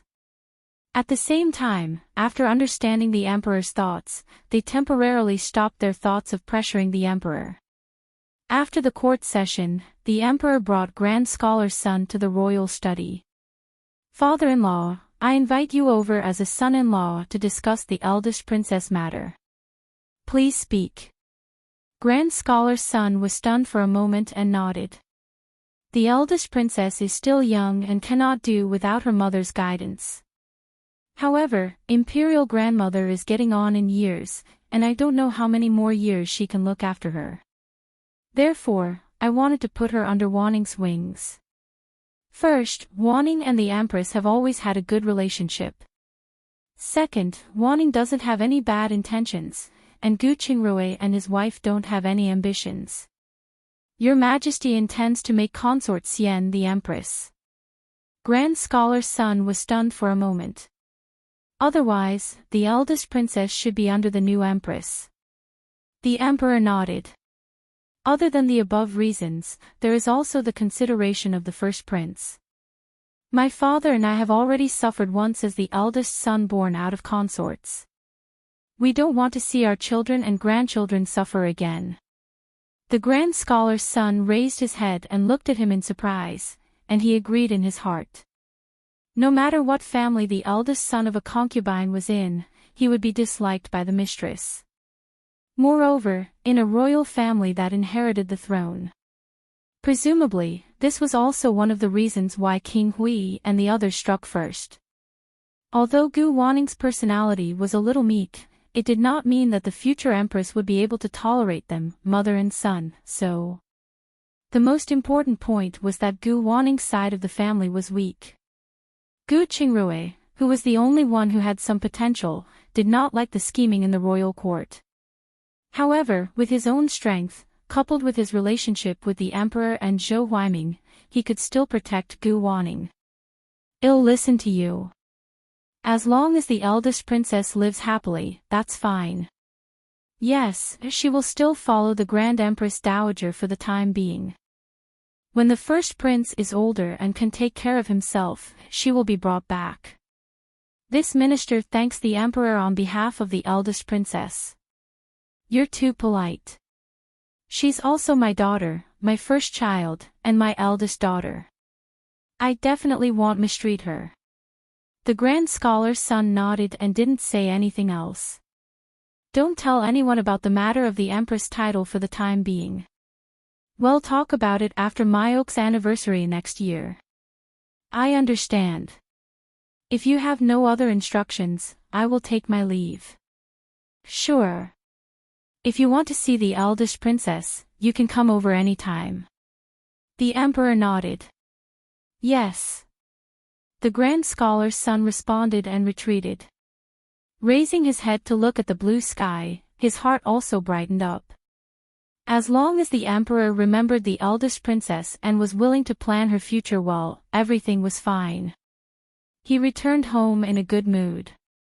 Mrs. Sun saw that he finally had a smile on his face and asked curiously, "Dear, what good thing happened?" "You actually smiled."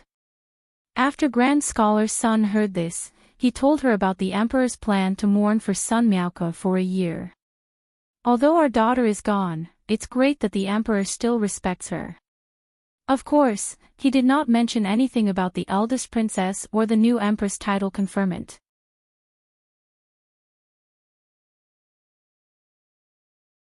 Chapter 805 Murder Attempt. I'd rather have my daughter alive, Mrs. Sun cried immediately. At this point, what's the use of saying those things? Remember, in the future, if anyone mentions the matter of selecting a consort, we won't participate and will only listen to the Emperor. All right, Mrs. Sun said as she wiped her tears. When Grand Scholar's son saw this, his eyes turned red. The two of them sat and cried for a while before starting to eat. Of course, the adults of the various families also mentioned it to their wives and daughters when they returned home, asking them to stop thinking about the consort selection temporarily. After Zhouing finished her work that night, she brought Guogua out of the inner space. Suddenly, she felt her heart palpitate. Guogua woke up and started crying. Zhouing quickly hugged her and coaxed her. She couldn't fall asleep after that. Thinking of that palpitation just now, she felt uneasy. Then, she carried Guogua into her interspace and placed her on the bed in the villa. She began to investigate Gu Shengruo's whereabouts. In the end, she finally found Gu Qingrue at the residence of the magistrate of Pingyang Prefecture, Magistrate Sun's residence, which was also the home of Magistrate Sun of Yunhe County. He was obviously drunk and couldn't sleep well. A person dressed as a maid held a knife in her hand and was about to stab Gu Shengruo's heart. Zhouing was startled. She immediately turned her spiritual senses into a knife and slashed at the back of the servant girl's head. After she fell, Zhouing immediately stabbed Gu Shengruo's philtrum. When he woke up from the pain, he was still in a daze. Still sleeping. Zhouing had no choice but to send a voice transmission. "You're going to lose your life soon. Babe." Gu Qingrue was stunned for a moment. "Woke up. Someone wanted to kill you." It was the servant girl on the ground. "I whacked her on the back of the head and knocked her out. You can investigate the rest yourself." When Gu Qingrue heard that, he was completely awake. He nodded. "Leave the rest to me. You take care of yourself. You too, drink less." Zhouing left after she finished speaking. Gu Qingrue immediately got up and called Lin Etienne and the others. After informing Lord Sun, he began to interrogate the servant girl. The servant girl woke up and looked at him and Lord Sunday, dog officials protecting each other. "As expected, you all are not good people." "Really? If you can't give me a reason, don't blame me for killing you for disrespect." Lord Sun sneered. Although he wasn't a good person, he tried his best to be honest and upright when it came to being an official. He had never done anything that would make him lose his conscience. He didn't expect to be scolded by someone today. It was really preposterous.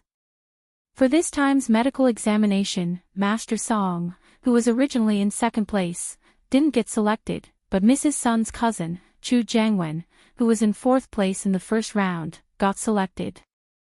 Isn't it because of you officials? The servant girl said indignantly. Master Song Baoshan. Tell me what your relationship with him is first. Lord Sun asked. No, it's nothing. I just feel that you guys are unfair, so, are you trying to fool an idiot? You're a servant girl at my residence, yet you're siding with an outsider and even helping a man. Who would believe that you two don't have a special relationship? The servant girl didn't know how to explain. She couldn't say that she was sent here as a spy. Beat her up. I wonder who dares send a spy to the magistrate's office. I want to see who is that bold. When Lord Sun finished speaking, a servant immediately went forward and pressed the servant girl onto the chair to interrogate her.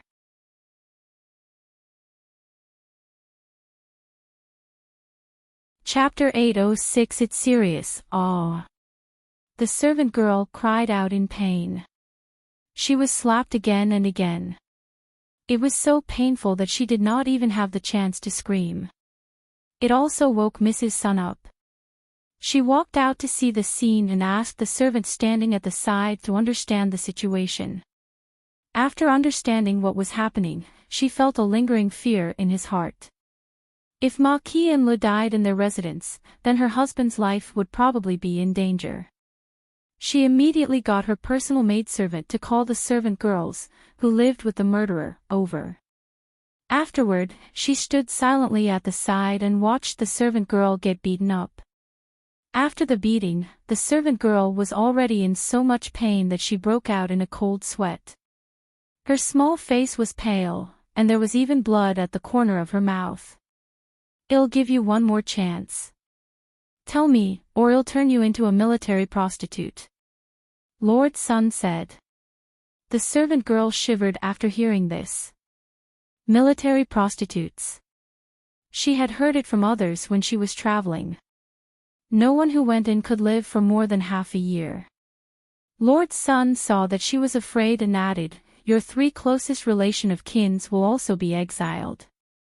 I will speak. The servant girl shook her head and replied weakly. Lord Sun didn't say anything after hearing that. Instead, he raised his hand and asked someone to take her down from the stool and put her on the ground. It's Mrs. Song. I am Mrs. Song's subordinate. She sent me here to spy on the important matters in the residence for her and then instructed me to try my best to become your concubine. You're just a servant. You're not worthy. Mrs. Sun replied unhappily. At the same time, she held a grudge against Mrs. Song. What did she mean by sending a servant girl to be her husband's consort? Was she belittling her? Lord Sun's expression was obviously not good, but this reason was still not enough for her to attempt to murder a marquis. Thinking of this, he asked, if that's the case, you should be threatening Marquis Enlu. Why would you want to kill him? If you kill him, do you think your Master Song can enter the medical center? I am not sure either. Madam, no, Mrs. Song arranged it this way. When the servant girl said this, she also felt that something was wrong. However, at this point, it was too late to say anything. The medical center doesn't only select medical skills but also medical ethics and character. These two are the most important. Do you think I'll take in a murderer who would fake carrots as ginseng? I had originally planned to teach him a lesson after the medical center was established. Now it seems that there's no need to wait. After Gu Qingrui finished speaking, he looked at Lord Sunday. Lord Sun nodded and sent someone to find the judge. He raided the Song family's house overnight and sent the servant girl to prison. As for Mrs. Sun, she called the 3 people who lived with the servant girl over and interrogated them. However, she did not get anything out of them. They only knew that she spent more money than them and liked to go out to buy snacks. After Mrs. Sun told Lord Sun the news, Lord Sun recalled what had happened since he took office. After confirming that he had done nothing wrong, he no longer cared.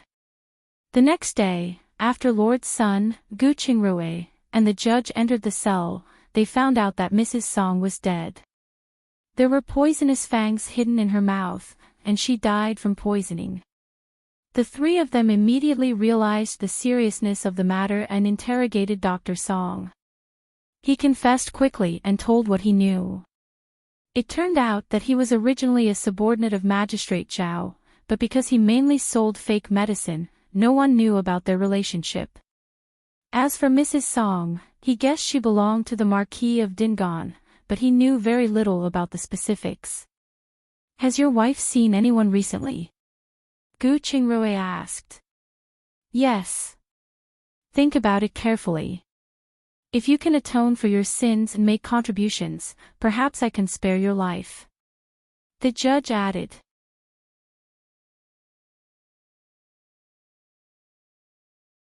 Chapter 807 Exposing. Dr. Song hesitated. "You should ask her servant girl, Su Jin. She knows more details than me. I've already given you a chance. I hope you're telling the truth." After the judge finished speaking, he ordered someone to bring the servant girl, Su Jin, over and asked, "Has your madam seen anyone recently?" "I'm not sure." Su Jin raised her head and replied. The judge did not answer her but turned to look sharply at Dr. Song. Since he recommended this person, let them fight it out. As expected, Dr. Song received the judge's knife-like gaze, and his heart trembled violently. He looked at Su Jin and scolded, "How could you not know? You even listened to us sleep together. What secrets do you not know? You. Shameless."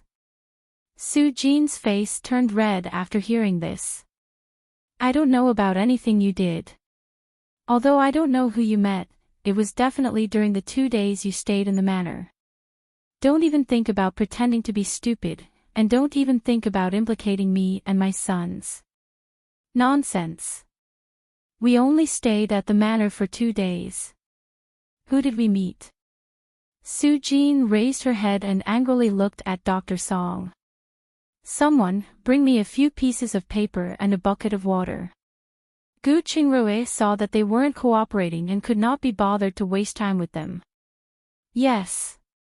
The prison guard responded and went out to bring a few pieces of paper and half a bucket of water. However, it was a kind of inferior paper. Gu Qingrui did not mind. He took the paper and pointed at Dr. Song. The prison guard called for 2 people to come up. He first tied the 2 of them up and then pressed them firmly to the ground.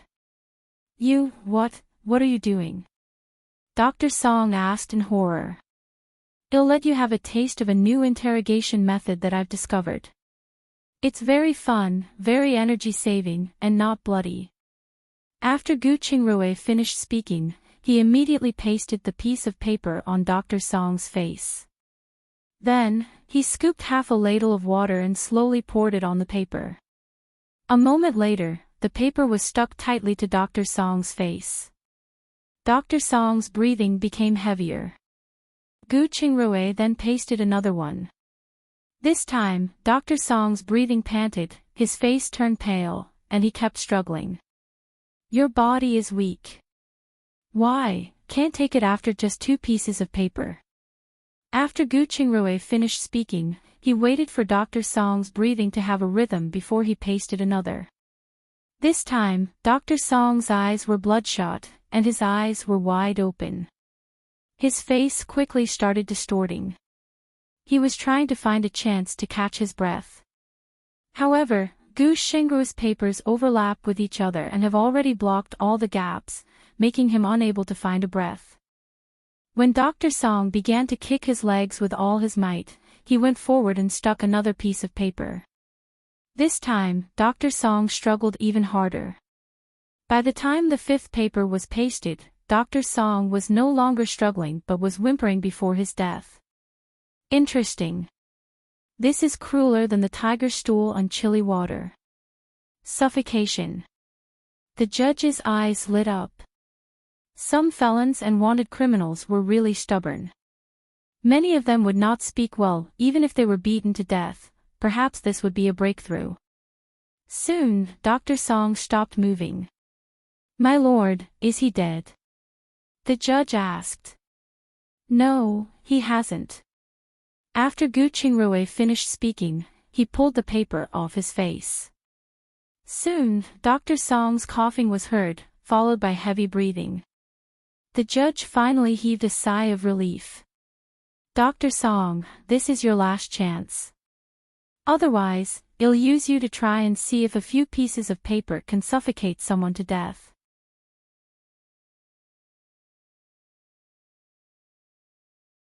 Chapter 808 The Name List. Don't wait.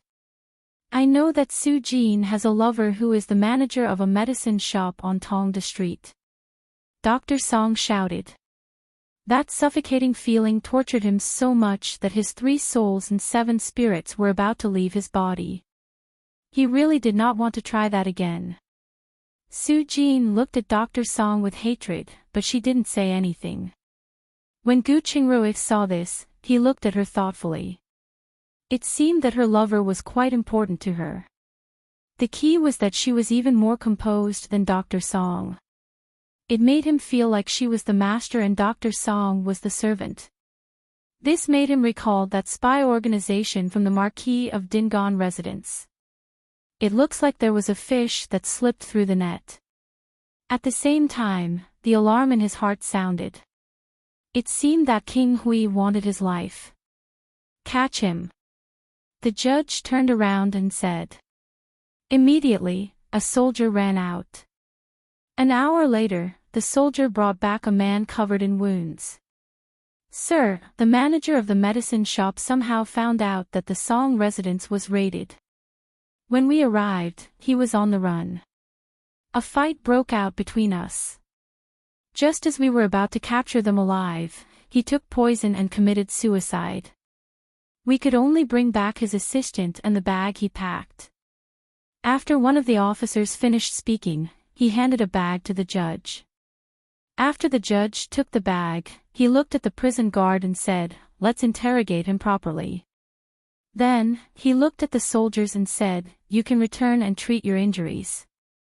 You can just pass on the medical fees to the medical center. Oh right, remember to inform a team of soldiers to come here, too." "Yes." The soldiers left after saying that. The judge was not in a hurry to interrogate the shop assistant. Instead, he opened the bag and carefully rummaged through it. Other than clothes, there were only more than 10,000 taels of silver in it. There was nothing else. If he hadn't committed suicide, they would have suspected that they were overthinking.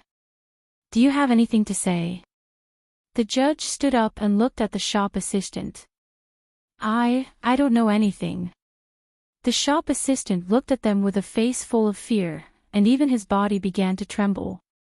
"I'll ask you again. Is there anything you want to say? Or do you want to try all the torture tools here?" The judge asked sternly. After saying that, he pointed at the torture device behind him. The young man turned his head and saw the blood-stained frame, the whip, and the hot branding iron in the fire. His legs went weak, and he peed his pants. I really don't know," he said hurriedly. But I saw him hide a booklet in a square table in the main room." When Su Jin heard it, she wanted to kill the shop assistant. However, she was stopped by the prison guard. "How did he hide it?" "I only realized today that the top of the square table comprises 2 layers.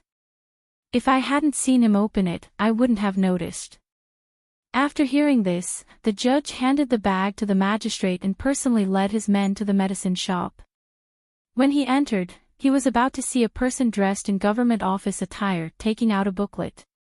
He immediately led his men and pounced on him. "Hold him down. Check if he has poison in his teeth." Sure enough, he found a poison sac in that person's mouth. The judge immediately went forward and took the booklet. There was a list of about 10 people on it, and he was shocked to find there were 2 in his residence alone. He looked at the bailiff, who was detained. Very good. You guys are really bold. You even have spies in my residence. After saying that, he first ordered his men to arrest the people on the list and return to the prison to begin a new wave of interrogation.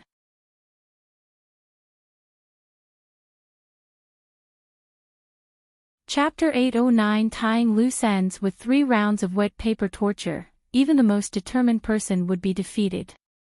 Only then did they know that the people with the poison sacs in their mouths were the people whom King Hui had left behind, while the others had been redeveloped in the past 2 years, so they did not have those poison sacs. They had been able to escape cleansing back then because they had been in the dark and had never been used. In addition, the bailiffs had deliberately concealed them, so they had not been discovered. They had only been officially activated about a month ago. Their goal was to kill Gu Qingrui and get rid of Magistrate Sunday, so, where is the person who gave you the order? Gu Qingrui asked.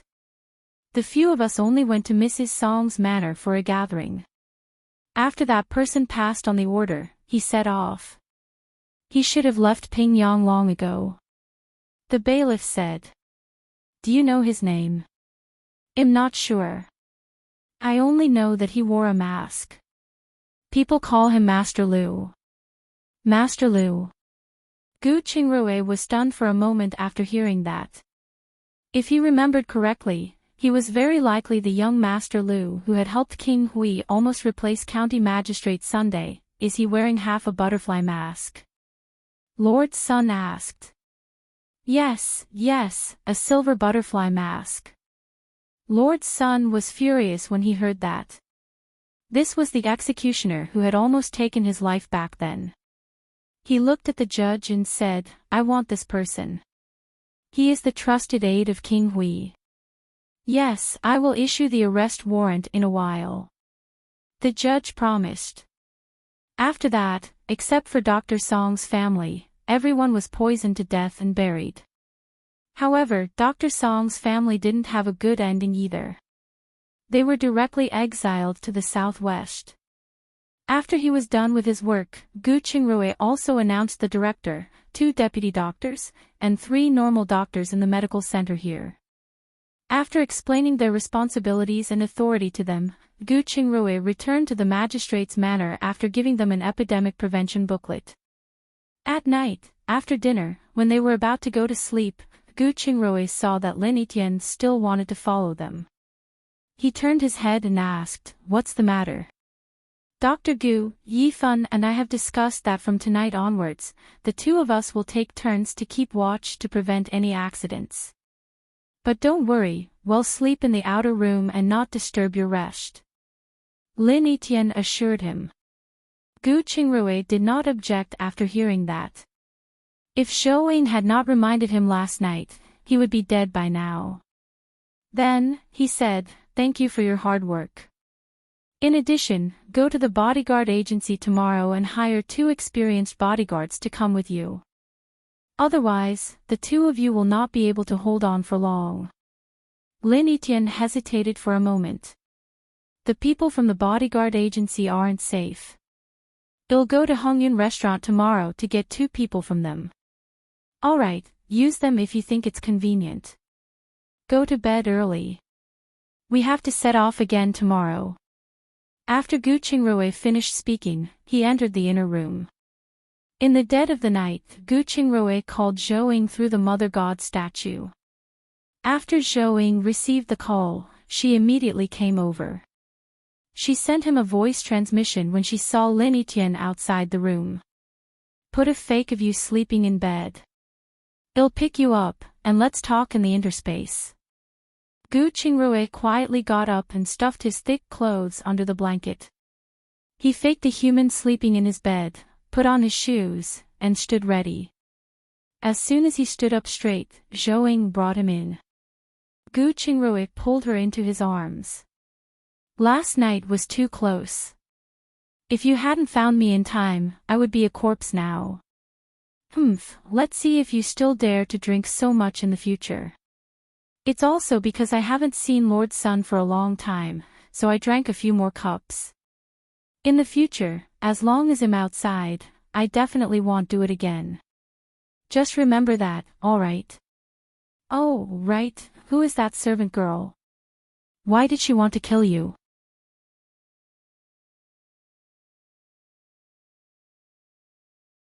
Chapter 8:10 Husband and Wife Meet. Ah, you didn't look at me today. It makes me so sad. Gu Qingrui lamented with an aggrieved expression. Zhou pushed him away and said, "Oh, come on. Without you around, do you think there's no need to deal with the internal and external matters at home?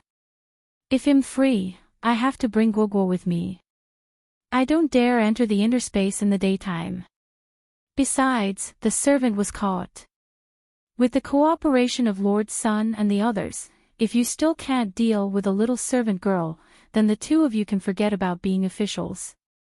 Gu Qingrui immediately apologized when he heard that. "Sorry, babe.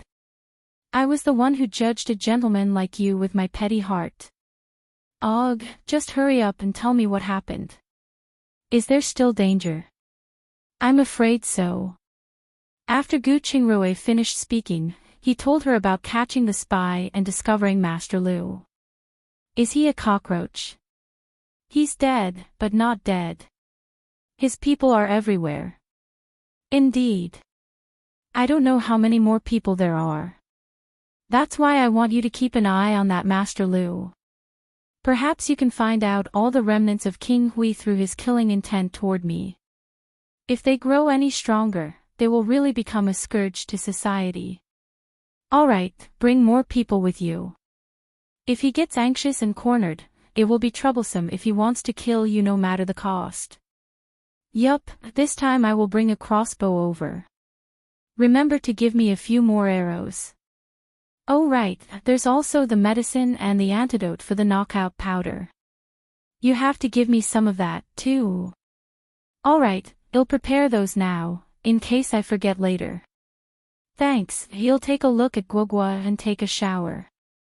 Gu Qingrui nodded and walked toward the villa. Zhou, on the other hand, started preparing. She prepared not only what he requested but also a bottle of pepper spray, a pack of tear powder, and a small bottle containing more than 10 pieces of 100-year-old ginseng.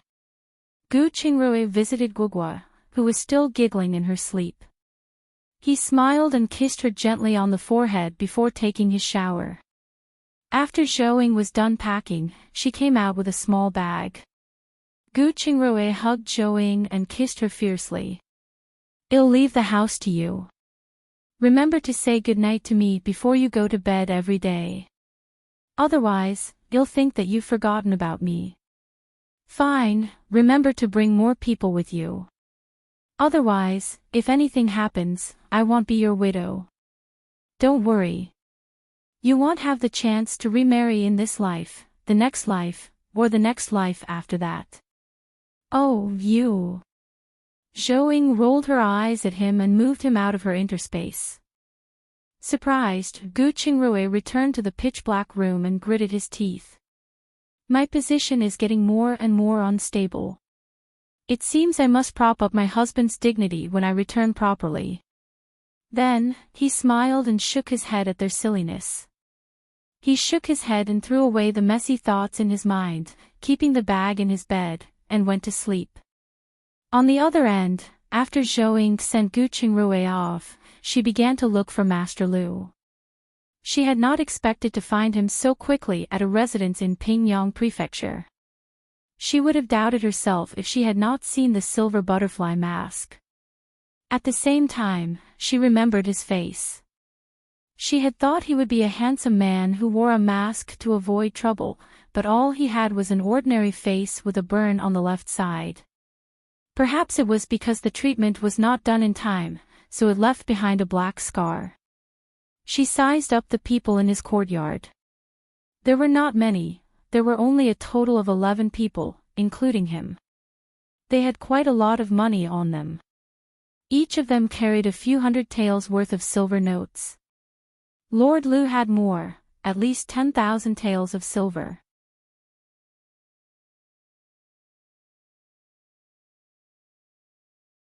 Chapter 811 Lion Camel Ridge 1. Shou-ing did not hesitate to drug them and take all their silver. She wanted to see if there were any other accomplices in Pingyang Prefecture or if they would pillage or steal. She could deal with them openly if they dared to do that. After breakfast the next day, Shou-ing handed Guoguo over to Mrs. Lin to look after while she went to the study room and entered her inner space with the excuse of checking the accounts. Through her mother god temples, she quickly found Master Lu and the others. At this time, the group had already set off as bodyguards. However, because the mask was too obvious, Master Lu had obviously put on a hat. Shou-ing took a look at their goods. A few fur mats were on top, but there were just stones on the bottom. What shoddy disguises! When they arrived at a small town, the group of people only realized that they had lost all their money after a meal. Through wrangling, they had no choice but to give the shopkeeper a fox fur and exchange it for a certain amount of dry rations. "Did you hear anything last night?" Master Lu asked after they left the town. "No, I slept very soundly last night," one of them replied. The others echoed the same. After Master Lu heard this, he remembered that he had slept quite soundly. He chuckled. "We've been hunting geese all day and finally got pecked in the eye by one." "You mean we were robbed?" a subordinate asked in disbelief. While they weren't on alert 24/7, they were definitely light sleepers. No one realized that their money had been stolen. If they were to kill them, it was terrifying just thinking about it. Could it be someone from the government? Someone asked uneasily. "Stupid, if it were the government, they would have arrested us long ago." Another subordinate replied. "Master, what should we do now?" Another asked. "When we reach the next county, sell all the furs and then go to the Lion Camel Ridge of Qian Province to set up an ambush. Be alert along the way and see if anyone is following us. If there is, try to catch them alive." "Yes." Everyone responded and set off. However, this time, they were much more on alert. The 10 people surrounded the carriage, with the goods on the carriage as the center. At the same time, they were intently scanning the people coming and going. After Zhou-ing knew their plan, she told Gu Qingrui about it and went to get busy. At night, Zhou-ing was done with her work. Gu Qingrui was still awake. She brought him back to her interspace and asked, "What kind of place is Lion Camel Ridge? Are there bandits there?" "Yes, I found a map today and asked the bodyguard agency. Lion Camel Ridge is the only road from the north to Qian Province, so there are many bandit nests now after the snow disaster. However, as long as the travelers paid the toll, they wouldn't be robbed. Of course, there are many accidents, so they want to get rid of you for being a bandit." "That's right. This way, it'll be challenging to find them." "Got it. When will you arrive?" "It'll be your eye in the sky then. I plan to visit Qingxi tomorrow, so it will be about 3 days before we reach Lion Camel Ridge. How about this? It'll let you know the day before we cross the Lion Camel Ridge." Gu Qingrui continued, "I want to contact the nearby garrison and get rid of these bandits. Otherwise, it will be troublesome if Master Lu uses them. They might be using those bandits. As long as they get to kill you, those bandits will have no choice but to go against the imperial court." "Yes, this is my concern, so we can't let those bandits live either way." Gu Qingrui nodded in agreement. "You're tuning into the LoveLore Library YouTube channel. We're so grateful for your support and don't forget to subscribe to join us on this incredible journey through captivating stories. Your generosity through donations truly makes a world of difference, as it's the primary source of revenue that allows me to expand and enhance this channel for you. Thank you from the bottom of my heart for being a part of this adventure.